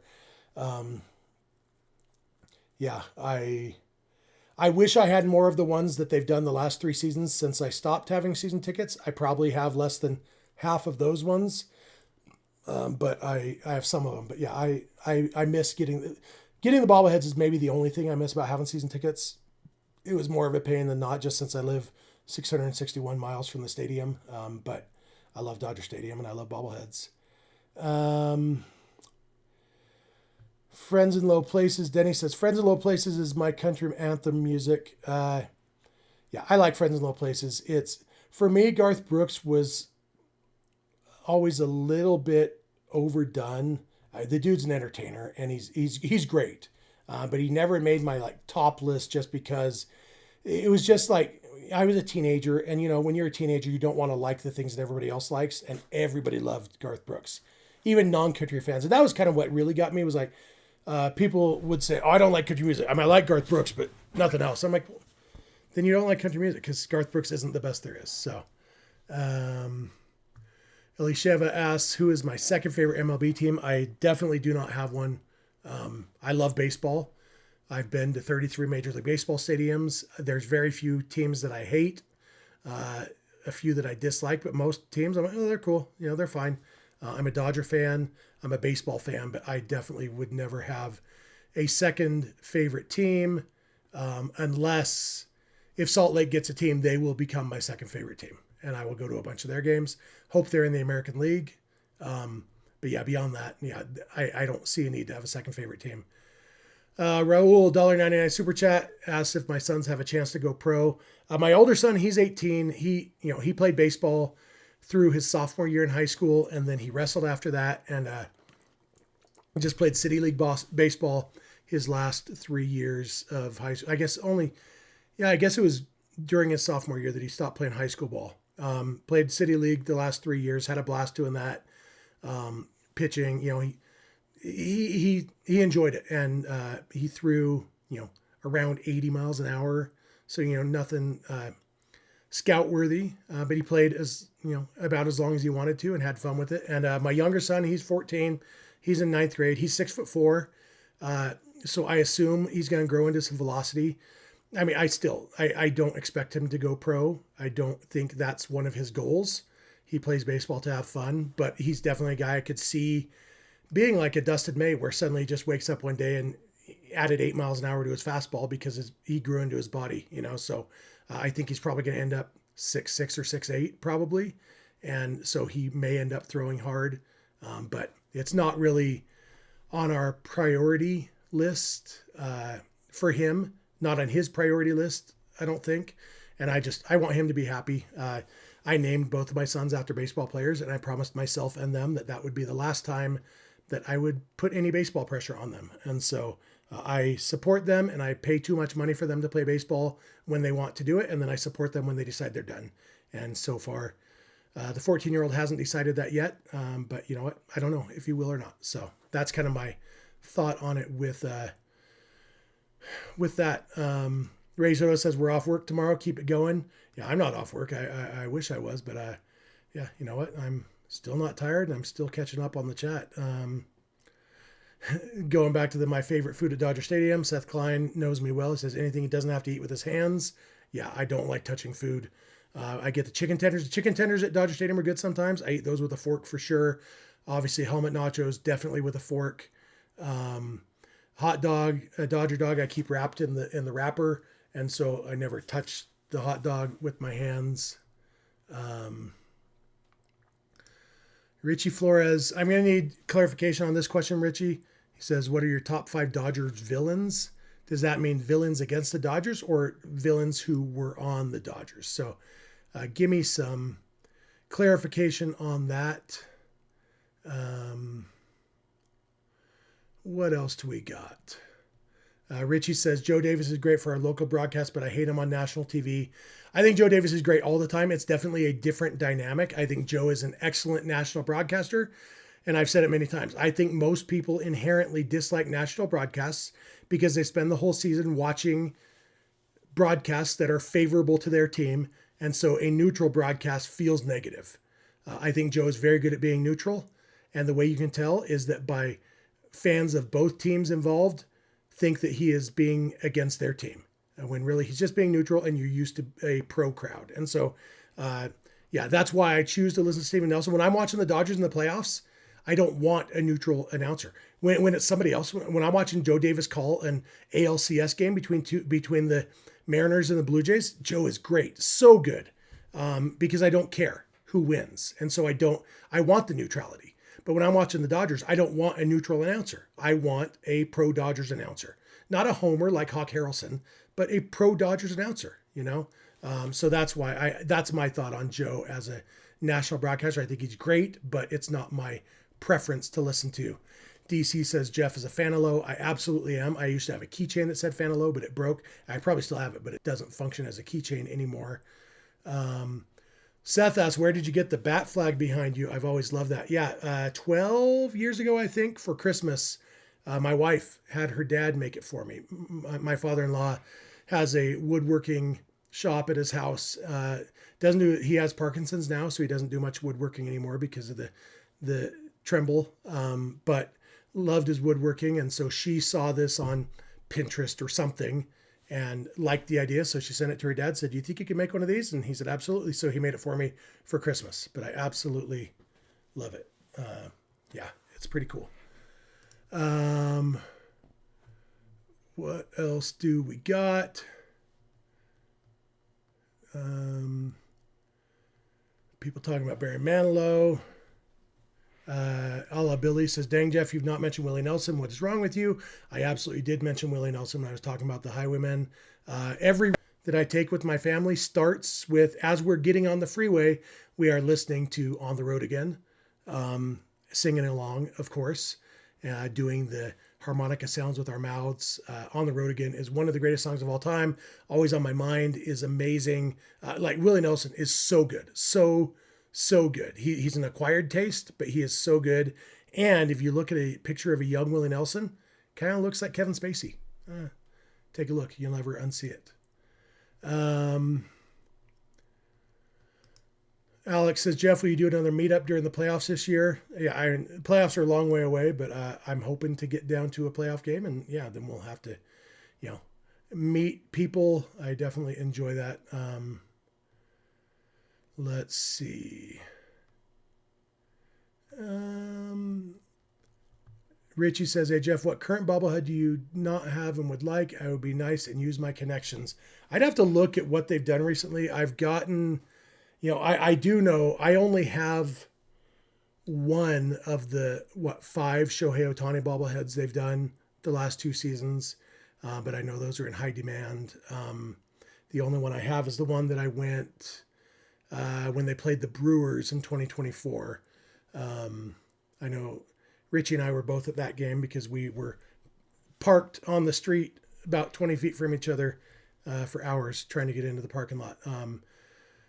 Let's see, what else do we got?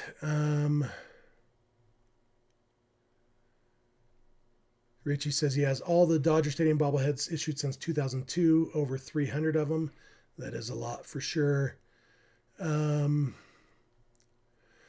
DC says, Jeff, what did you think of the Garth Brooks, Chris Gaines era?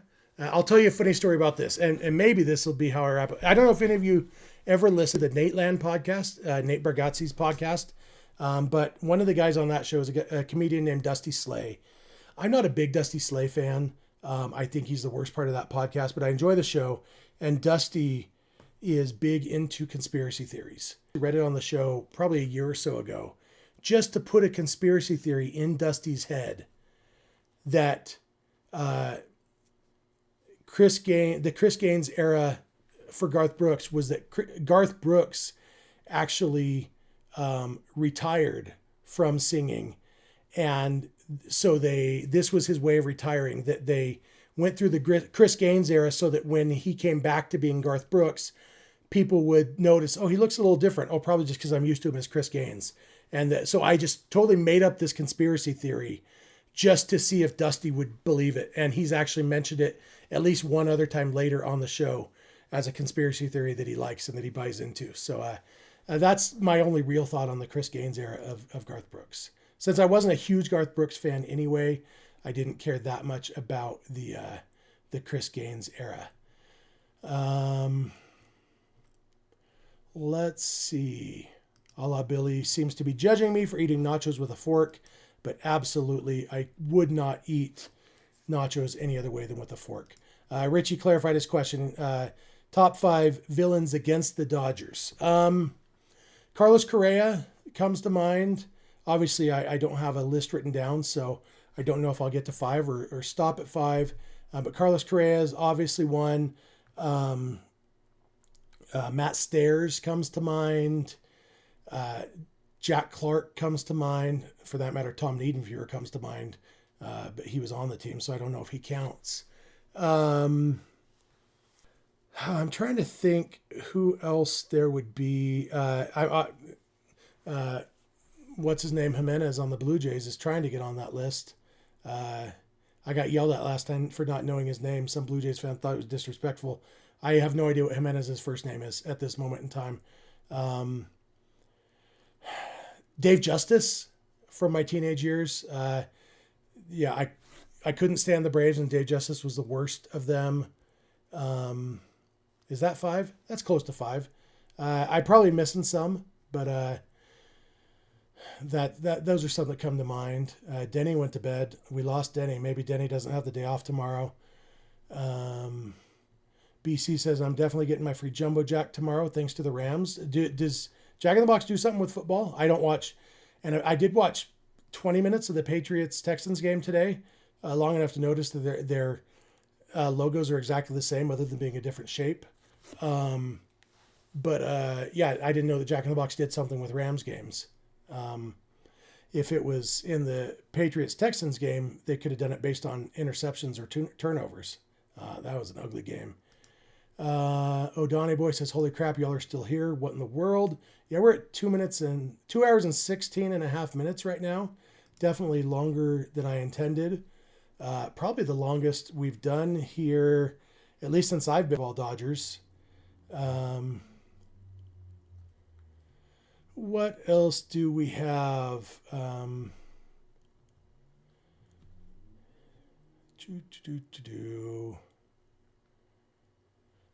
Craig Osterberg says, I'm off every day because I'm retired.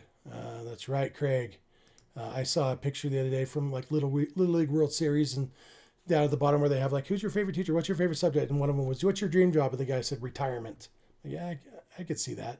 Although I was semi-retired. I love my job. Like working hard is fun. Like the value of doing hard work, especially when it's important work, like it feels like kind of a cheat code that I get paid money to help take care of some of the most vulnerable people in society who need it the most. Like it's awesome. So, but yeah, retirement's fun too.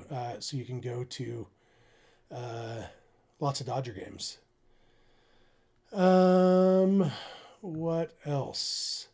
JY Kim says, I want a YouTube video of the Jeff family singing on the road again. I wonder if there is a video. I wouldn't be surprised if my wife has recorded it at some point. But I don't know for sure. But you know what? Probably going down to St. George for a baseball tournament in a couple of weeks. Maybe I'll see if we can get video, if I remember.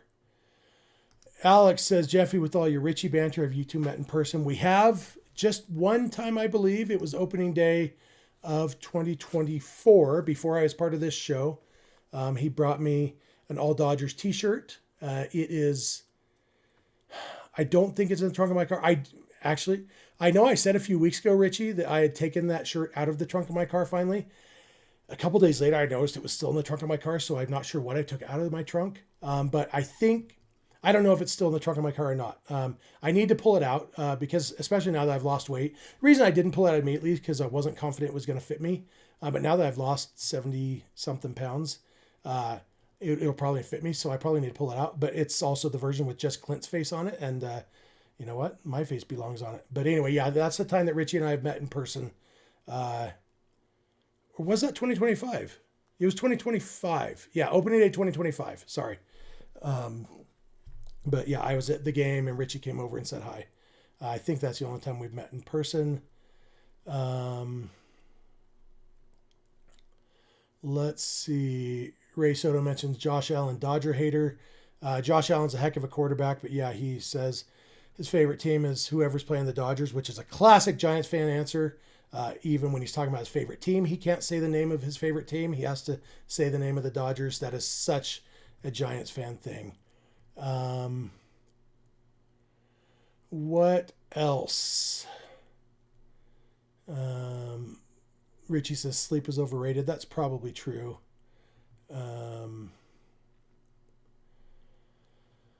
Oh, that's right. Richie and I did meet a second time at the watch party we did at the golf course in Pico Rivera. Is that where it was? Yeah, I forgot about that. Sorry, Richie. I knew there was a second time, and I couldn't think of when it would have been. But I forgot. I met a lot of you there. That's where I met Noah, met a lot of people. IB Stroken says Jeff uses that shirt to check. Do I look like the kind of person who checks my own oil? Honestly, no. I have a car that doesn't leak oil, and I get my oil changed regularly. So I don't think I've ever checked the oil in my car that I've had since 2017, because every time I get the oil changed, they said, all right, we changed your oil. Levels looked good. So no reason to think I need to check my oil. Used to check my oil. That seems like something you used to have to do more often. I don't know if cars just used to leak oil more often or if my family just had crapper cars that leaked oil. But anyway, yeah, I don't check my oil. And if I did, I wouldn't use my All Dodgers t-shirt. I have locked on Dodgers gear that I could use for that. A la Billy. Oh, there we go. Beverly Benton says, do you eat popcorn with a fork? And a la Billy says, only buttered popcorn. I would not eat popcorn with a fork, but I'll tell you the two things I do. One, I don't eat popcorn very often. If I'm eating it at home and I make microwave popcorn, I just leave it in the bag. Then I can hold the bag and dump it in my mouth. Kind of like I used to talk about on the old show about pistachios. But also I have several times, like at least a dozen times in my life at the movie theater, when I bought popcorn, I have said, and can I have one of those plastic gloves, please? And I will wear a plastic glove on my hand, and that is my popcorn hand during the movie. Because, yeah, I am not going to touch buttered popcorn. Absolutely not. Noah says the good news about the shirt being in the trunk is it'll never get lost. He will always know where it's at. I think I just proved that I don't know where it's at because I'm not even sure that it's still in the trunk. But the point is relatively taken. What else? All Billy says, I'm still trying to wrap my head around nachos with a fork. I can't understand why anybody wouldn't use a fork for nachos. It's like they're the perfect fork food. Like, you know, the chip fits perfectly between the tongs of the fork and you pick it up and don't have to touch all the junk on the nacho and you just put it in your mouth. And then at the end, like when everything's all just a soggy clump at the bottom, the best part of nachos, you just scoop and soggy clump into your mouth.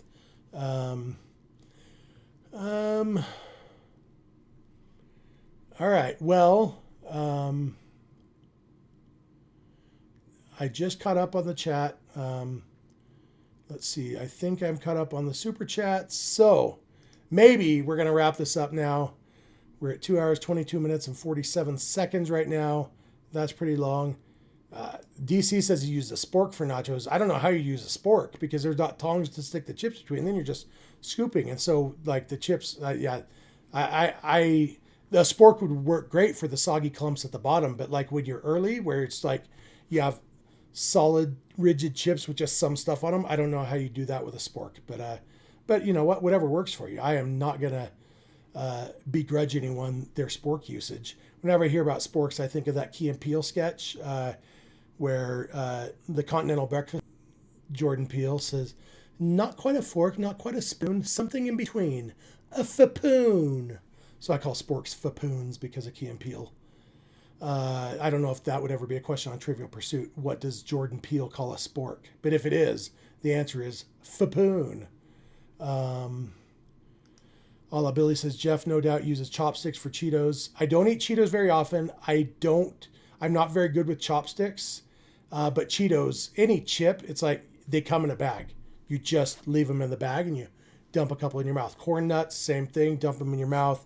Like, yeah, anything that comes in a single serving bag, why would you ever touch it with your hands? And then if you're sharing a bigger bag or whatever, you put them in a bowl and you grab a fork or you put a glove on. It's not that hard.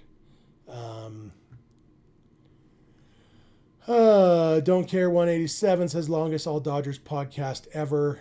I assume that's true. I don't know what Clint was up to before I showed up around these parts, but I might be able to look. Let's see if does this say our length? It doesn't, so it's harder to, yeah, I can't pull it up very easily and see, but you know what? Yeah, it might be. Clint has probably gone to bed. Seems like something he'd do. All right. Yeah. People talking about the touchdown throw by Caleb Williams, who does have a Dodgers bobblehead. That's one I don't think I have, as the Caleb Williams one. I do. My friend was Caleb Williams' backup at USC for a year. Then he transferred to Montana State or University of Montana. One of those. University of Montana. Played there this past season. Richie says all this food talk has turned us into Dodger heads. All right, I'm going to tell you guys one last secret since it's late. It's after midnight where I am. It's after 11 where you guys are. Dodger heads. Jeff Spiegel is a friend. I consider him a good friend. He and I are, we're buddies. We text together. We are friends. I have watched a grand total of like 20 minutes of Dodger heads in my life. I spend so much time doing a Dodgers podcast. I just don't have time to watch Dodgers podcast. Even All Dodgers, before I was part of All Dodgers, other than the shows that I was a guest on, I watched very little of this show. I just do so much Dodger stuff. And so Dodger heads, I've heard they talk about food a lot. I follow Jeff on Twitter, so I see some of his talk about it, but I don't know much about that show, honestly. I know Jeff is smart about his Dodger stuff, so when I recommend that show, I do it in good faith because I know he's smart, but I don't know much about the show itself. Craig says, I eat Chinese and Japanese with a fork, even though I know how to use chopsticks. I have 4 chances with a fork. That's a good way of putting it. I don't go out for Chinese or Japanese food very often. I love Thai food, and chopsticks are an option there, although I usually get a curry. But like I usually get a fried rice too, maybe. And like I can't eat rice with chopsticks. Like a pad thai I could eat with chopsticks because at least it's like long. So, but like I definitely don't have the chopstick hand-eye coordination to eat rice with a fork or with a chopstick with chopsticks. And so I just use a fork. I don't use chopsticks very often at all. Billy says Jeff is branching out to the all country food channel. Yeah, you know what? Love me some Waffle House if we're talking about country food.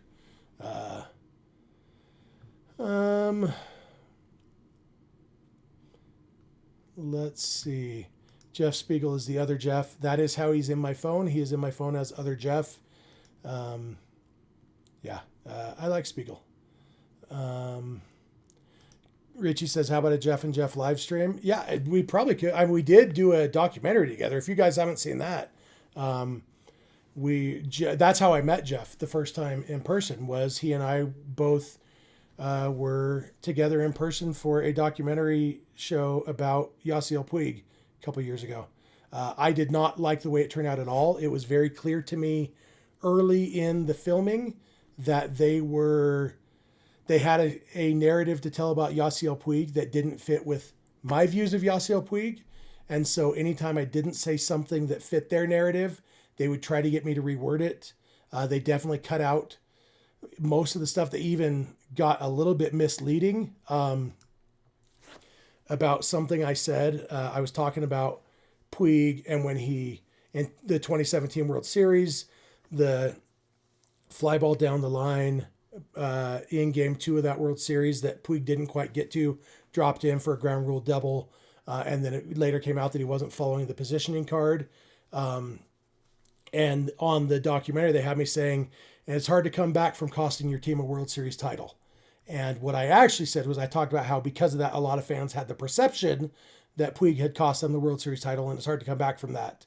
But they took out about the part about me saying a lot of fans have that perception, made it look like I was saying Puig cost them the World Series.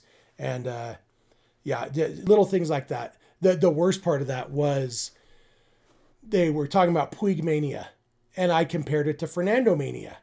And this producer stopped me. He's like, what's Fernando mania? Nobody cares about Fernando mania. Obviously it's a reference to Beatles mania, and tried to get me to talk about Beatles mania. I'm like, no, Dodger Stadium. Of course it's a reference to Fernando mania, which itself was probably a reference to Beatles mania, but Puig mania was a reference to Fernando mania. And, a young rookie from a foreign country who doesn't speak much English and takes the world by storm. Wonder what that could be a reference to. Anyway, and so he wanted me to talk about the Beatles. I'm not going to talk about Beatles mania and look like an idiot who doesn't know the Dodgers, just because you're an idiot who doesn't know the Dodgers. So anyway, the overall episode of the documentary, what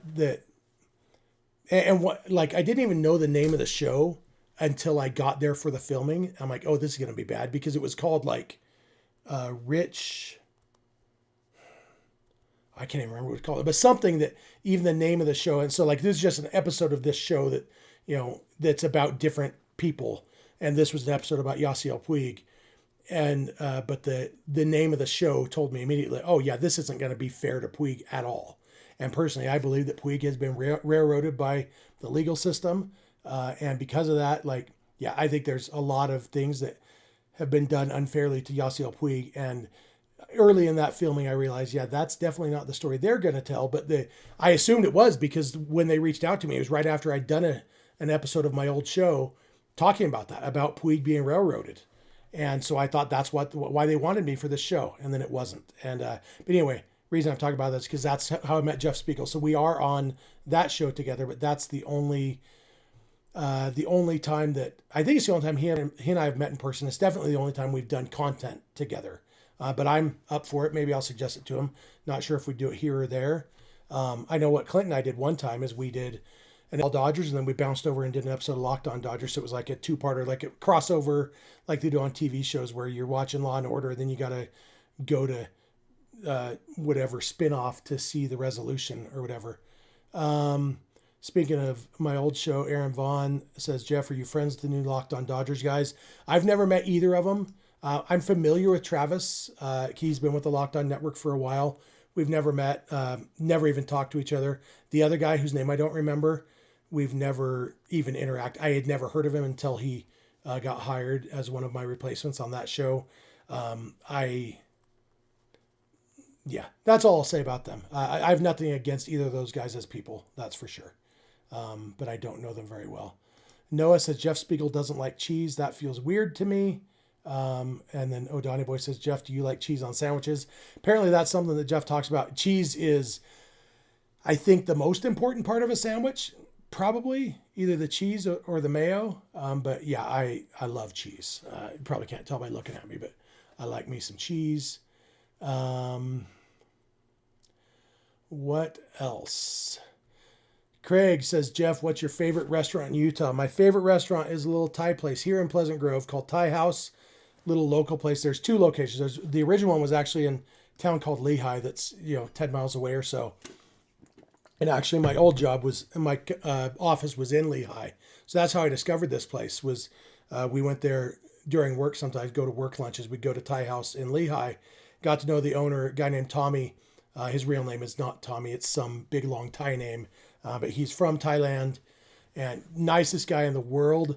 Got to know Tommy really well going to Thai House. And then he told me, hey, we're opening a second location. And I said, oh, where? And he said, oh, Pleasant Grove. I said, hey, that's where I live. So he opened up this new location that's just down, a mile or two from me here in PG. Love it. Great Thai food. I love Thai food, favorite kind of food. And Thai House, I've been to a lot of Thai restaurants here in Utah. Utah has good Thai food. I actually like the Thai food here in Utah better than I've had in other places. I've been to Thai places in California, Washington, D.C., a couple other places. Utah Thai food is great, and Thai House is my favorite. So yeah, if you're ever in Pleasant Grove, check out Thai House and get dinner at Thai House and then hit Taco and go for a milkshake afterwards. Love it there. A la Billy says, trivia question for Jeff. When was the first year for baseball bobbleheads? And I guess that depends on what you mean.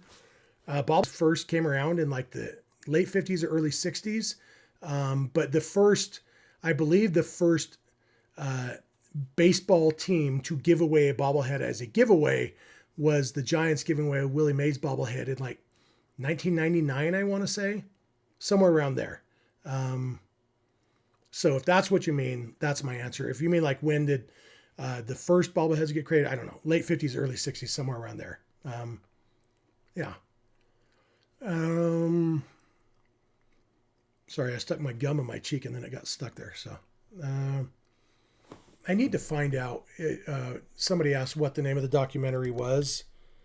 I think I can just search myself on IMDb and find it there.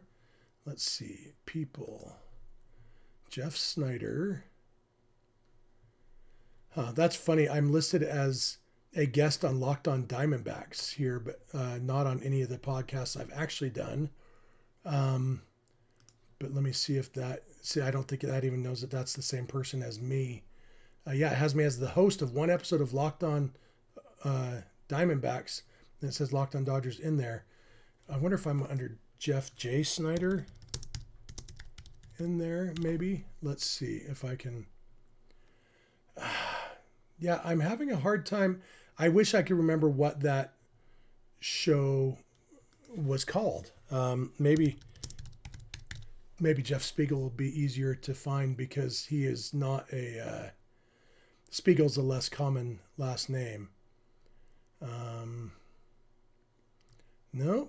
So, yeah, it was something Rich. So I don't know. I'll try to find it and I'll let you guys know because I'm not having any luck finding it right now. So I'll do one more search and we'll see if it pulls anything up. Rich and Shameless. Is that maybe what it was called? Let's see. Rich and Shameless. Yep, that's what it's called. So it was Rich and Shameless. And let me find the episode guide. It was season 2, episode 8. The episode was called Dirty Moneyball, Cuba's Ransom Stars. And Jeff Spiegel and I were on it. You can stream it, according to this, on... maybe on HBO Max. Yeah, there I am. I'm listed as Jeff Snyder, self-podcaster. And Jeff Spiegel is listed the same way. So anyway, that's the name of that show. Sorry that took me a long time to figure that out. Richie says Jeff can't talk about food until he makes a visit to Philippe's. Yeah, I need to. I love French dip sandwiches. I'm always on my way to Dodger Stadium, and so I don't want to stop, but I need to.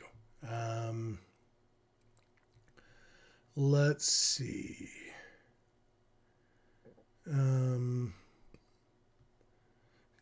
Richie says Jeff and Jeff in the DeVore Man Cave. Yeah, I'm guessing that won't happen, but we'll see.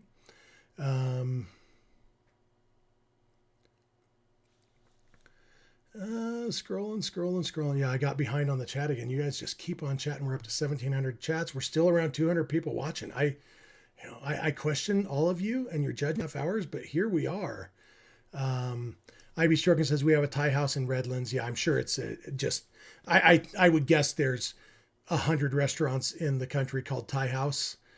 This one in Pleasant Grove, it's just Pleasant Grove and Lehigh, just the two locations. The one owner.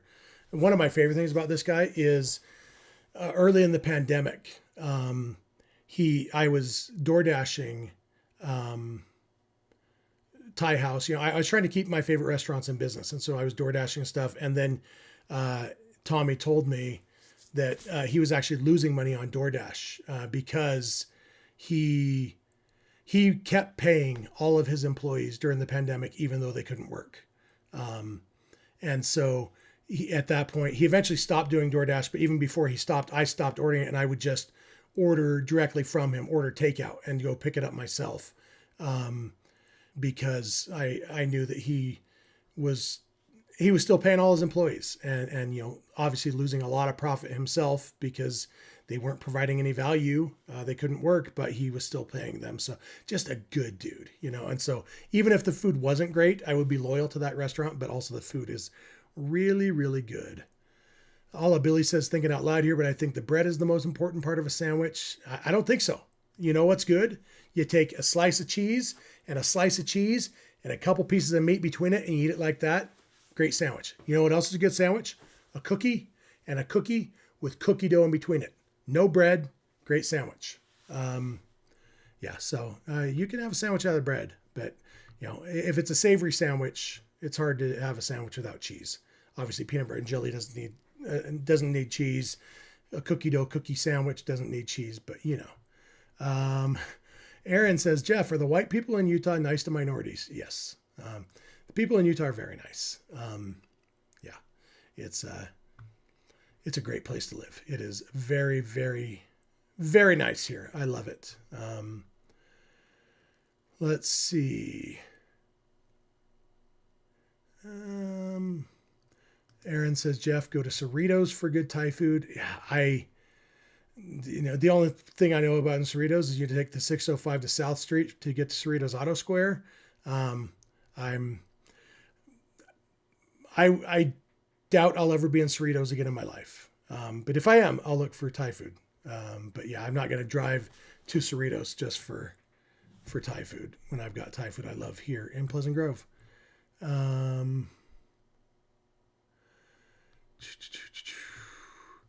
All Billy confirmed. I'm definitely on his Trivial Pursuit team. First pick. Yeah, it's not a bad pick. Richie says the first Dodger bobbleheads were issued in 2002, a set of 3. Tommy Lasorda, Kirk Gibson, and Fernando Valenzuela. Yeah, I don't have any of those 3. I've got bobbleheads of all 3 of those people, but not any of those original ones from 2002.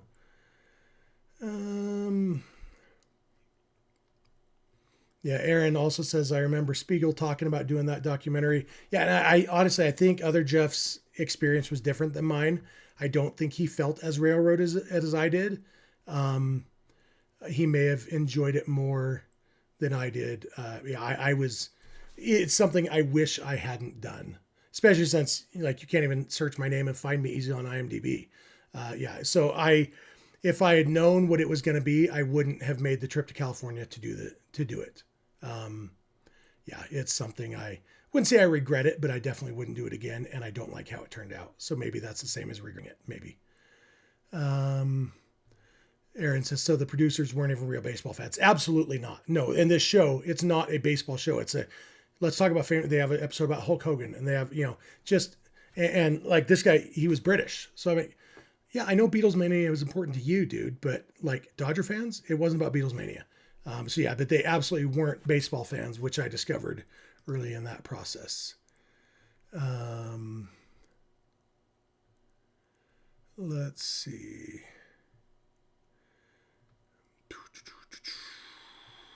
Scrolling. Craig asks if I've talked to Vince lately. Yeah, we were just texting. What were we texting about just the other day?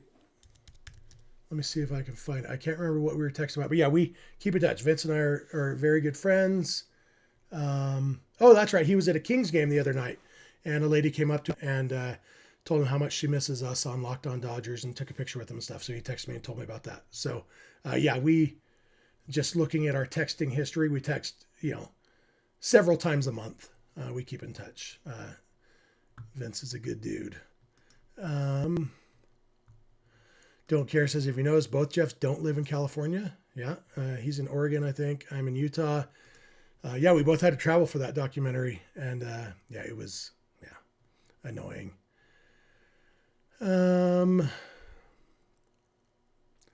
What else? Once I get caught up on the chat again, I'm probably going to wrap this up. But so far, I'm still scrolling. I'm still behind by a few minutes. Cole says, I have a friend who puts cheese on a peanut butter and jelly. It's not good. However, banana is good on PB&J. I would never put cheese on a peanut butter and jelly. I might do cheese and jelly. I never have. It's the peanut butter that throws me off. But like cheese goes well with fruit. And so I could see like cheese and raspberry jam on a sandwich. Might not be terrible. Nice slice of cheddar cheese, raspberry jam.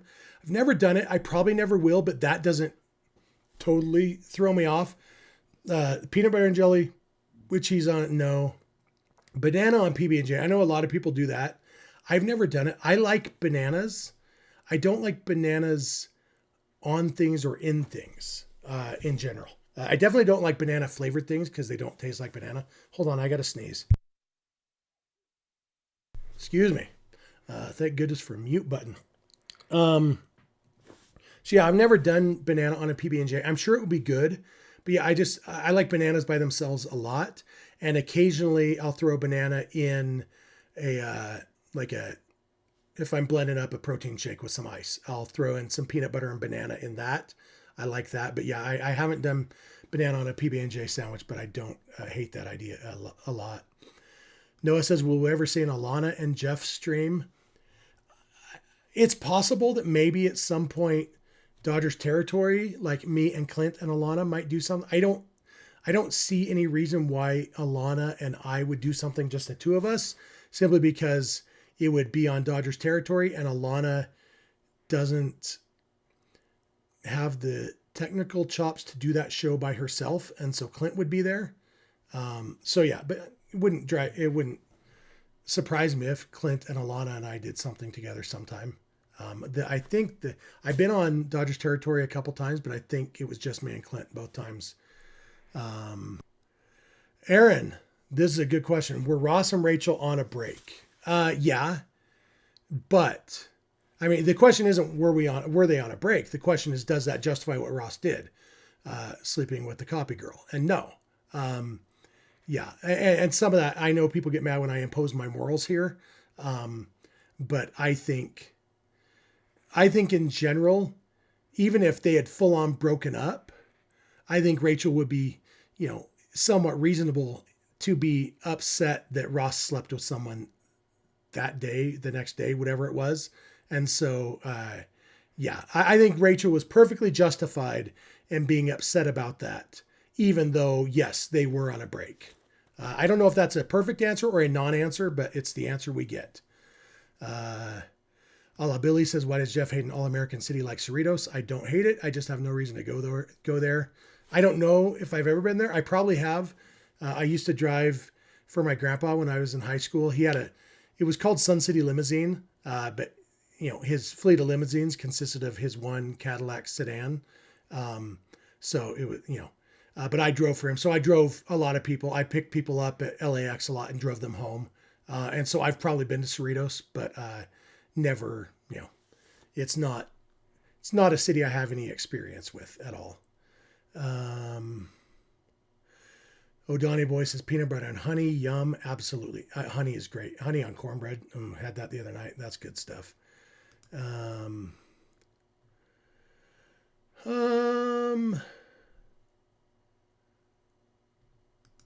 Ray says, I love cheese on pizza, nachos, quesadillas, etc., but not on a burger. I love cheese. And burgers are great without cheese too. It's one of the great things about a burger. There's so many good things you could put on a burger. You don't necessarily need the cheese, but go to. One of the things about my job is I work in a kitchen with a lot of food. And so I don't eat out very often. I just eat at work. I just make myself up something. And so the last couple times I've made myself a burger to eat, I've put a slice of cheddar and a slice of Swiss on it, along with lettuce, tomato, a ton of pickles, and then mayo, mustard, and ketchup. That's kind of my perfect burger. It's pretty basic, but I'm pretty basic. But I like that. But yeah, I like cheese on a burger for sure. Man, we might get to 3 hours. I might have to stick around for 11 and a half more minutes just to get to the 3 hour mark. But then I'm probably going to wrap it up because it's almost 12:30, which means my alarm is going off in 7 hours and 3 minutes. So I am probably not going to be here much longer, but I probably am going to make it to the 3 hour mark now that we're 11 minutes and 13 seconds away. Cole says, Jeff, if you can make a movie about baseball, what would the story be about? Well, if we're talking like a movie about something that actually happened, no, you know what? I've got two ideas for movies, both of them kind of historical fiction. One would be kind of a almost like a Quantum Leap kind of scenario where, I had this idea to write a book. I never wrote the book. I'm never going to write the book. So if somebody wants to write this book, go write it. But the basic storyline is a guy who he's in the minor leagues and almost to the big leagues, and he has a career-ending injury. And he kind of It's a Wonderful Life-ish, some makes a wish that he could just play baseball forever, And so his wish is granted. And so he ends up playing 100 years in the big leagues, 10 years, 10-year careers. And then he gets quantum leaped back into another player. And so it's different time periods of baseball. And in my idea, the book would have been like actual player, kind of like how Field of Dreams used an actual player, Moonlight Graham. But that sort of thing, we just find obscure players who played exactly 10 seasons and tell the story of baseball history through this guy's 10-year careers as 10 players. And maybe some of them would have been good, but that kind of thing. That was kind of an idea I had for a book. I think that would be a cool idea for a movie. If you make the movie and it makes a lot of money, just give me some of it, I guess, since I just gave you this awesome idea. So yeah, I guess that's my answer, Cole. I won't tell the other one. I don't want to give away all my good ideas, but that if I could make a movie about baseball, that would be the story. I hope that's okay. I think that's a decent one. I like the idea anyway. Let's see. Aaron says the new Locked On Dodgers host has his camera too close. I can see his nose hairs. I don't get why he won't just back up. That's funny, specifically right now when I can't figure out why my camera's zoomed in like this. And just this morning, crap, is this too much information? It probably is, but we are 3 hours in.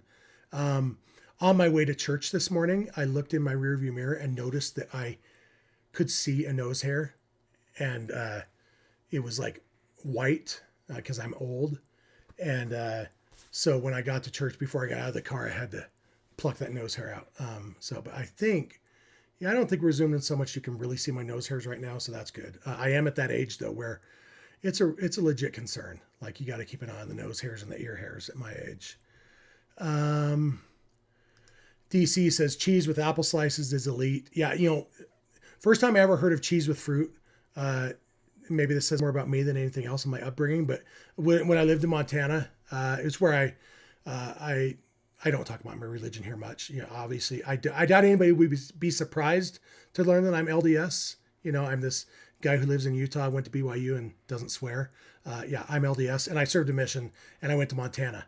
And first time I ever heard it was people, they put slices of cheddar cheese on top of their apple pie. I'm like, that's weird. And I tasted it, I'm like, that's delicious.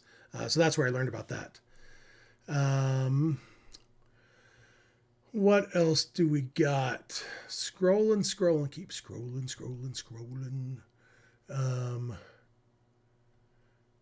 Billy says my banana pancakes taste like banana. I guess what I mean is like, things with bananas in them taste like banana. I'm talking banana flavored things, banana flavored candy, even banana extract. Like that doesn't taste like banana. Obviously things with bananas in them taste like banana because that's how you get the flavor. Beverly says that's an Elvis sandwich, unless somebody mentioned bacon on it, because Elvis has had bacon on it too, I think. Peanut butter, banana, and bacon. Craig says banana with cinnamon helps you sleep. That's just saying.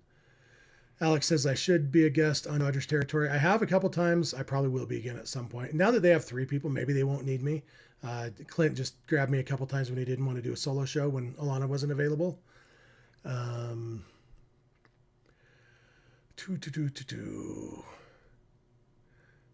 Aaron says that was a Dave Roberts type of answer. I don't remember what question I was answering, but that definitely, one of the things I like about Dave Roberts is he's good at the non-answer or the diplomatic answer or whatever. Alex says I like peaches with cottage cheese. I don't like peaches. I like, in my cottage cheese, I like jalapenos and just black pepper. Like that's perfect cottage cheese for me. Jalapenos give it a little crunch, a little zing, not much, especially, when it's in a dairy product, it's not going to be spicy.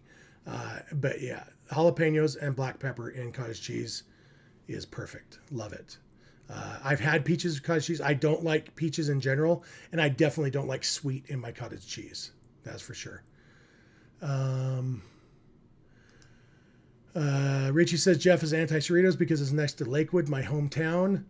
I know if you take the 91 freeway to Lakewood exit in Bellflower, you'd get to probably another car dealership. Everything I know about that part of the world is from Southern California commercials growing up. I know I get off, I think it's the Lakewood exit that takes you to the Long Beach airport, and I do fly in and out of Long Beach not a ton, but I have 15 or 20 times over the last 30 years that I've lived in Utah.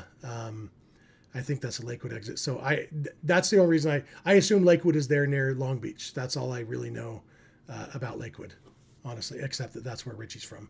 I remember you telling me that at one point. What else do we got? Here's something interesting. Speaking of that part of the world, not too far from there, my wife's grandma, who died a little over a year ago at the age of 96, she had a Straight Outta Compton t-shirt because she was actually born and raised in Compton. Born there and lived there until she was in her 30s, pushing 40 is when they moved out of Compton and moved somewhere. They ended up in La Habra. But yeah, she was born and raised in Compton, and so she thought it would be funny to wear a Straight Outta Compton t-shirt. And it was. It's fun to see an old white lady in a Straight Outta Compton t-shirt. Something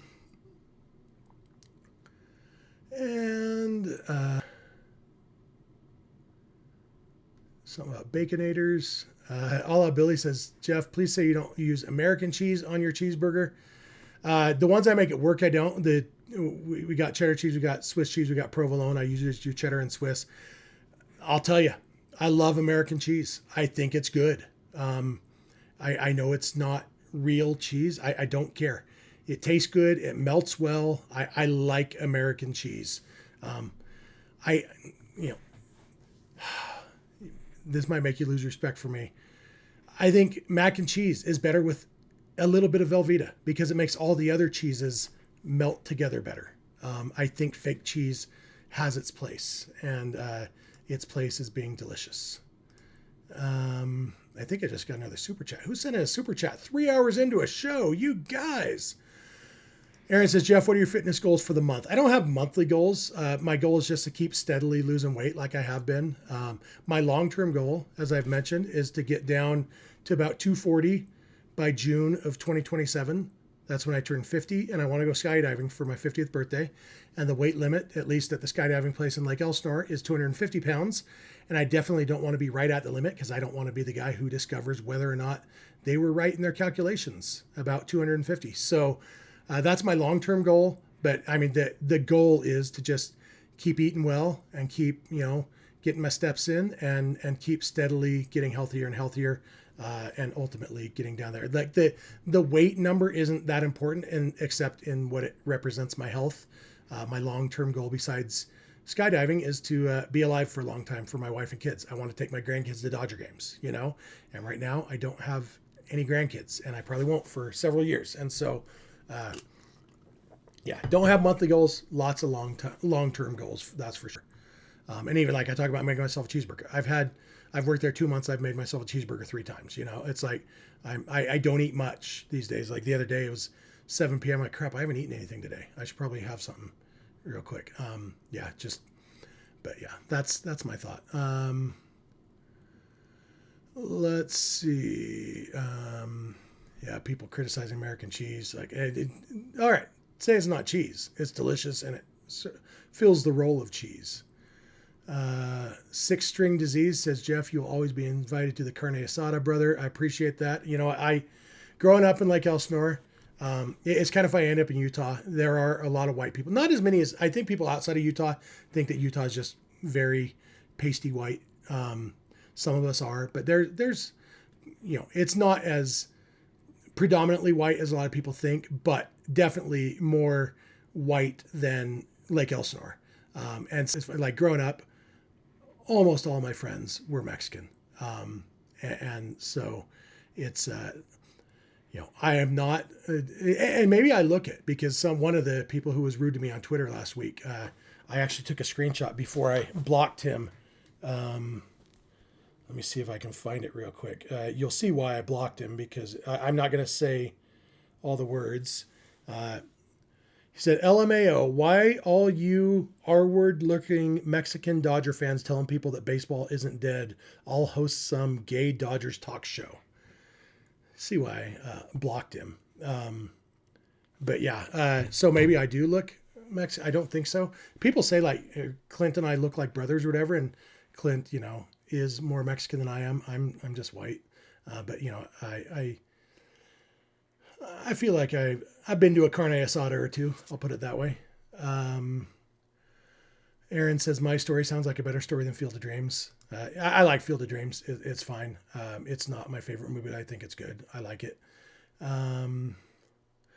Sammy says if part or full season's gone, they'll lose a lot of their casual fans. And yeah, that's what happened back in the 90s. Like casual fans left. It took, Cal Ripken the next year, breaking Lou Gehrig's record, that brought some people back, but it wasn't really until Mark McGwire and Sammy Sosa in 1998 that a lot of fans came back. So yeah, it's baseball would be shooting themselves in the foot if they allow a labor dispute to affect the 2027 season. We are past 3 hours, so as soon as I catch up with the chat, I'm going to wrap this up.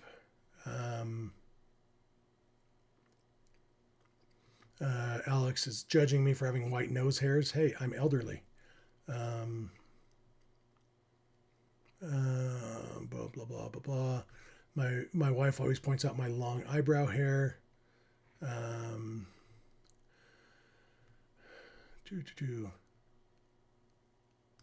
Cole says, Jeff, are you OCD? I asked because going the 11 minutes to reach 3 hours. I have never been diagnosed with anything. I know there are people with serious OCD. I definitely don't have serious OCD, but I've got some tendencies, that's for sure. There may be a spectrum or two that you may find me on if you looked hard enough, but I've never been diagnosed with anything. I do a lot of self-diagnosing. Richie says Jeff is better looking than Katie Wu. That's the nicest lie anyone's ever told. By the way, there's a good song. If you want a good 90s country song, Blackhawk has a song called If That Was a Lie. So there are 3 guys in Blackhawk, and 2 of them did most of the singing. Then they had the 3rd guy. I think it was Van Stevenson, the one who's dead now. I think that's Van Stevenson. He only sang 1 song on all their albums, and it was my favorite song by them. It's called If That Was a Lie. But it says, if that was a lie, that was the sweetest lie that I've ever heard. So that's what I'm saying to Richie right now. Let's see. Jeff with his 18 inning show, Raul says.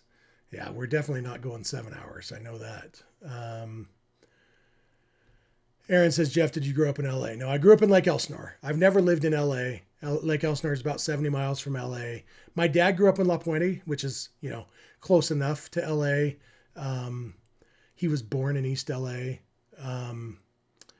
So he grew up there, but then he met my mom. My mom I'm like 7th generation Lake Elsinore. So when my mom and dad got married, he moved to Elsinore. They raised me there. That's where my parents still are, and 3 of my siblings. The other 2 siblings are here in Utah near me. But yeah, so I've never lived in LA, and I sometimes think that like skews my views as a Dodger fan because like the Anthony Rendon stuff, I didn't care, but I think that's because I don't like my connection to LA is the Dodgers and like KTLA. I watched KTLA growing up. We got LA channels. So like, but if somebody asks you from LA, no, I'm from Lake Elsinore. I'm from between LA and San Diego. But we got the LA channels, the Dodgers, obviously. And so like I sing I love LA, and it's true, but I love LA because of the Dodgers more than anything else, if that makes sense. I don't really have connections to LA other than that. Let's see. Okay, Richie says the Long Beach airport is behind his childhood home. So I guess Lakewood is very close to Long Beach. Richie says when Compton was white, yes, that's when my grandmother-in-law lived in Compton. Yeah, before the Watts riots and everything. I think the Watts riots was kind of around the time that the racial makeup of Compton started changing. That's not why they moved. But yeah, she got a job in teaching in a different school district. But yeah, it definitely, Compton was definitely more white when my wife's grandma lived there, for sure. JY Kim has signed off. Good night to you. Here's that super chat, $4.99 from Ray Soto. Before the clock strikes midnight, Jeff has ended it. Yeah, okay, we'll definitely wrap this up before midnight California time. I'm already well past midnight here. A la Billy says, bravo, try Gouda on those cheeseburgers. Yeah, I love Gouda. I put Gouda in mac and cheese a lot. I've probably had Gouda on a burger. We don't have Gouda at work, but I mean, I'm the one who orders the food, so we could get Gouda. So maybe I will. I guess we'll see. Don't care, says Jeff likes his cheese out of a can. I'll tell you, like, that's the thing. I like all cheese, real cheese, fake cheese, the fanciest cheese you can find, the fakest cheese you can find. Like nacho cheese from a Que Bueno can from Costco. Delicious. Yeah, it's a different category than Gouda on a burger, but man, it's good. And so, yeah, like it's kind of like with frozen pizzas, DiGiorno. If you're expecting pizza, yeah, you're going to be disappointed. If you're just expecting something that calls itself pizza and tastes good, it's great. Taco Bell. And let's go with Del Taco. It's even better. If you're expecting Mexican food, yeah, you'll probably be disappointed. If you want something that tastes good, Del Taco's got you covered for sure. And so that's how I feel about cheese. Like, okay, I don't care. Does it taste good? Yeah. So that's so yeah, cheese out of a can. Like I haven't had like Cheese Whiz. I don't know if I've had that. But I like fake cheese, it's good.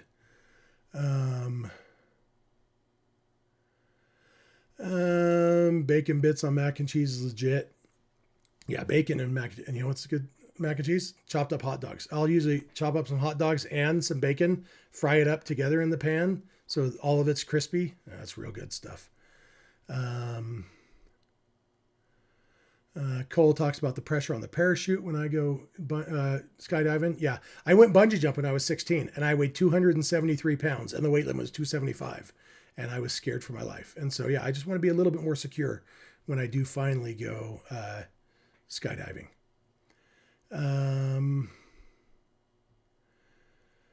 Let's see. Scrolling. I might be about done. Seth mentions that Clint is also much shorter than me. That's absolutely true. He's much shorter than most people. Just a little guy.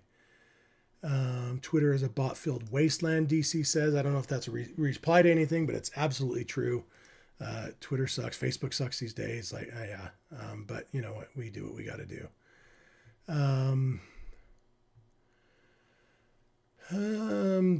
There will be no steroid era to bring fans back this time. That's what Sammy Boy says. Yeah, I mean, I honestly, I think it's disappointing how Mark McGwire and Sammy Sosa have been treated because the fact is they did bring baseball back.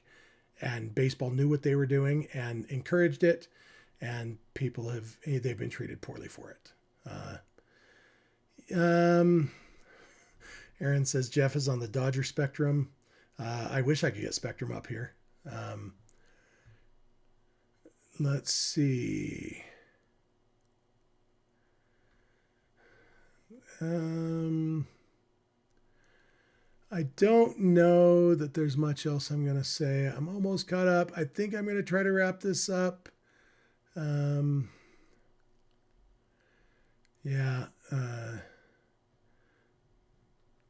Juan says, hey, Jeff, long time no see. What happened with Locked On? I'm glad to find you. Hey, I'm glad you find me too.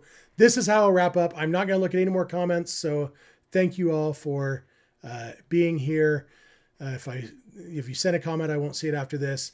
The Locked On Network made a decision to move on from me and Vince. It was a poor decision. I have talked off the record with some people relatively high up at the Locked On Network that agree with me that it was a poor decision. But it was the decision that was made. And later that same day, I was on All Dodgers with Clint. And honestly, I enjoyed my time with Locked On Dodgers. I think Vince and I did a lot of good work there. And I have loved my time here on All Dodgers. It's a different kind of show. We're not locked into 30 minutes, as you can tell by the fact that we're at 3 hours, 9 minutes, and 7 seconds. But it's been awesome here. But that's what happened there. It was their decision, not mine. And so that's all I'll really say about that. No hard feelings really towards anybody there, honestly. I think they made a bad decision. I think plenty of good companies make bad decisions, and this one happened to affect me. So that's it. Last comment, Bloodhound Lil Jeff says, Jeff's like the star player that signs every last autograph. That's me. All right, here's the last one. DC says, Locked On's loss, our gain. Alex says, Vince is not doing anything now, question mark. He actually is now over on the Bleedlos channel. He and Cody Snavely are doing an occasional show. Not doing it as often as we're doing this one, but they've done at least a few episodes. I can't remember what they called their show on that channel, but go to the Bleedlos channel and you can find it. He's doing that with Cody. So with that said, I want to thank you all for being here. Thank you to the Bleav Network. Thank you to FanDuel for sponsoring us. Thank you guys for the chat. Almost 2,000 comments. In fact, let's get 9 more comments really quick to get us to 2,000. You guys kept us, we were flying high earlier and kept us around 200 for this whole 3 hours, 10 minutes and 28 seconds so far. So I appreciate you. I'm not going to sign off until we get to 2,000 chats. So we're there. We are almost there. 3 more. Come on. Thank you to the mods. Thank you to all of you. Thanks again to IB Stroken for the guest memberships or the gift memberships. Remember, if you want to join our Discord, just go to patreon.com/realfrg, $5 a month. Get you access to the Discord server. We have a lot of fun there. We are past 2,000 comments. We are at 3 hours and 10 minutes. We're at 11:50 p.m. California time. It's time to wrap this up. So all that's left to say is bye.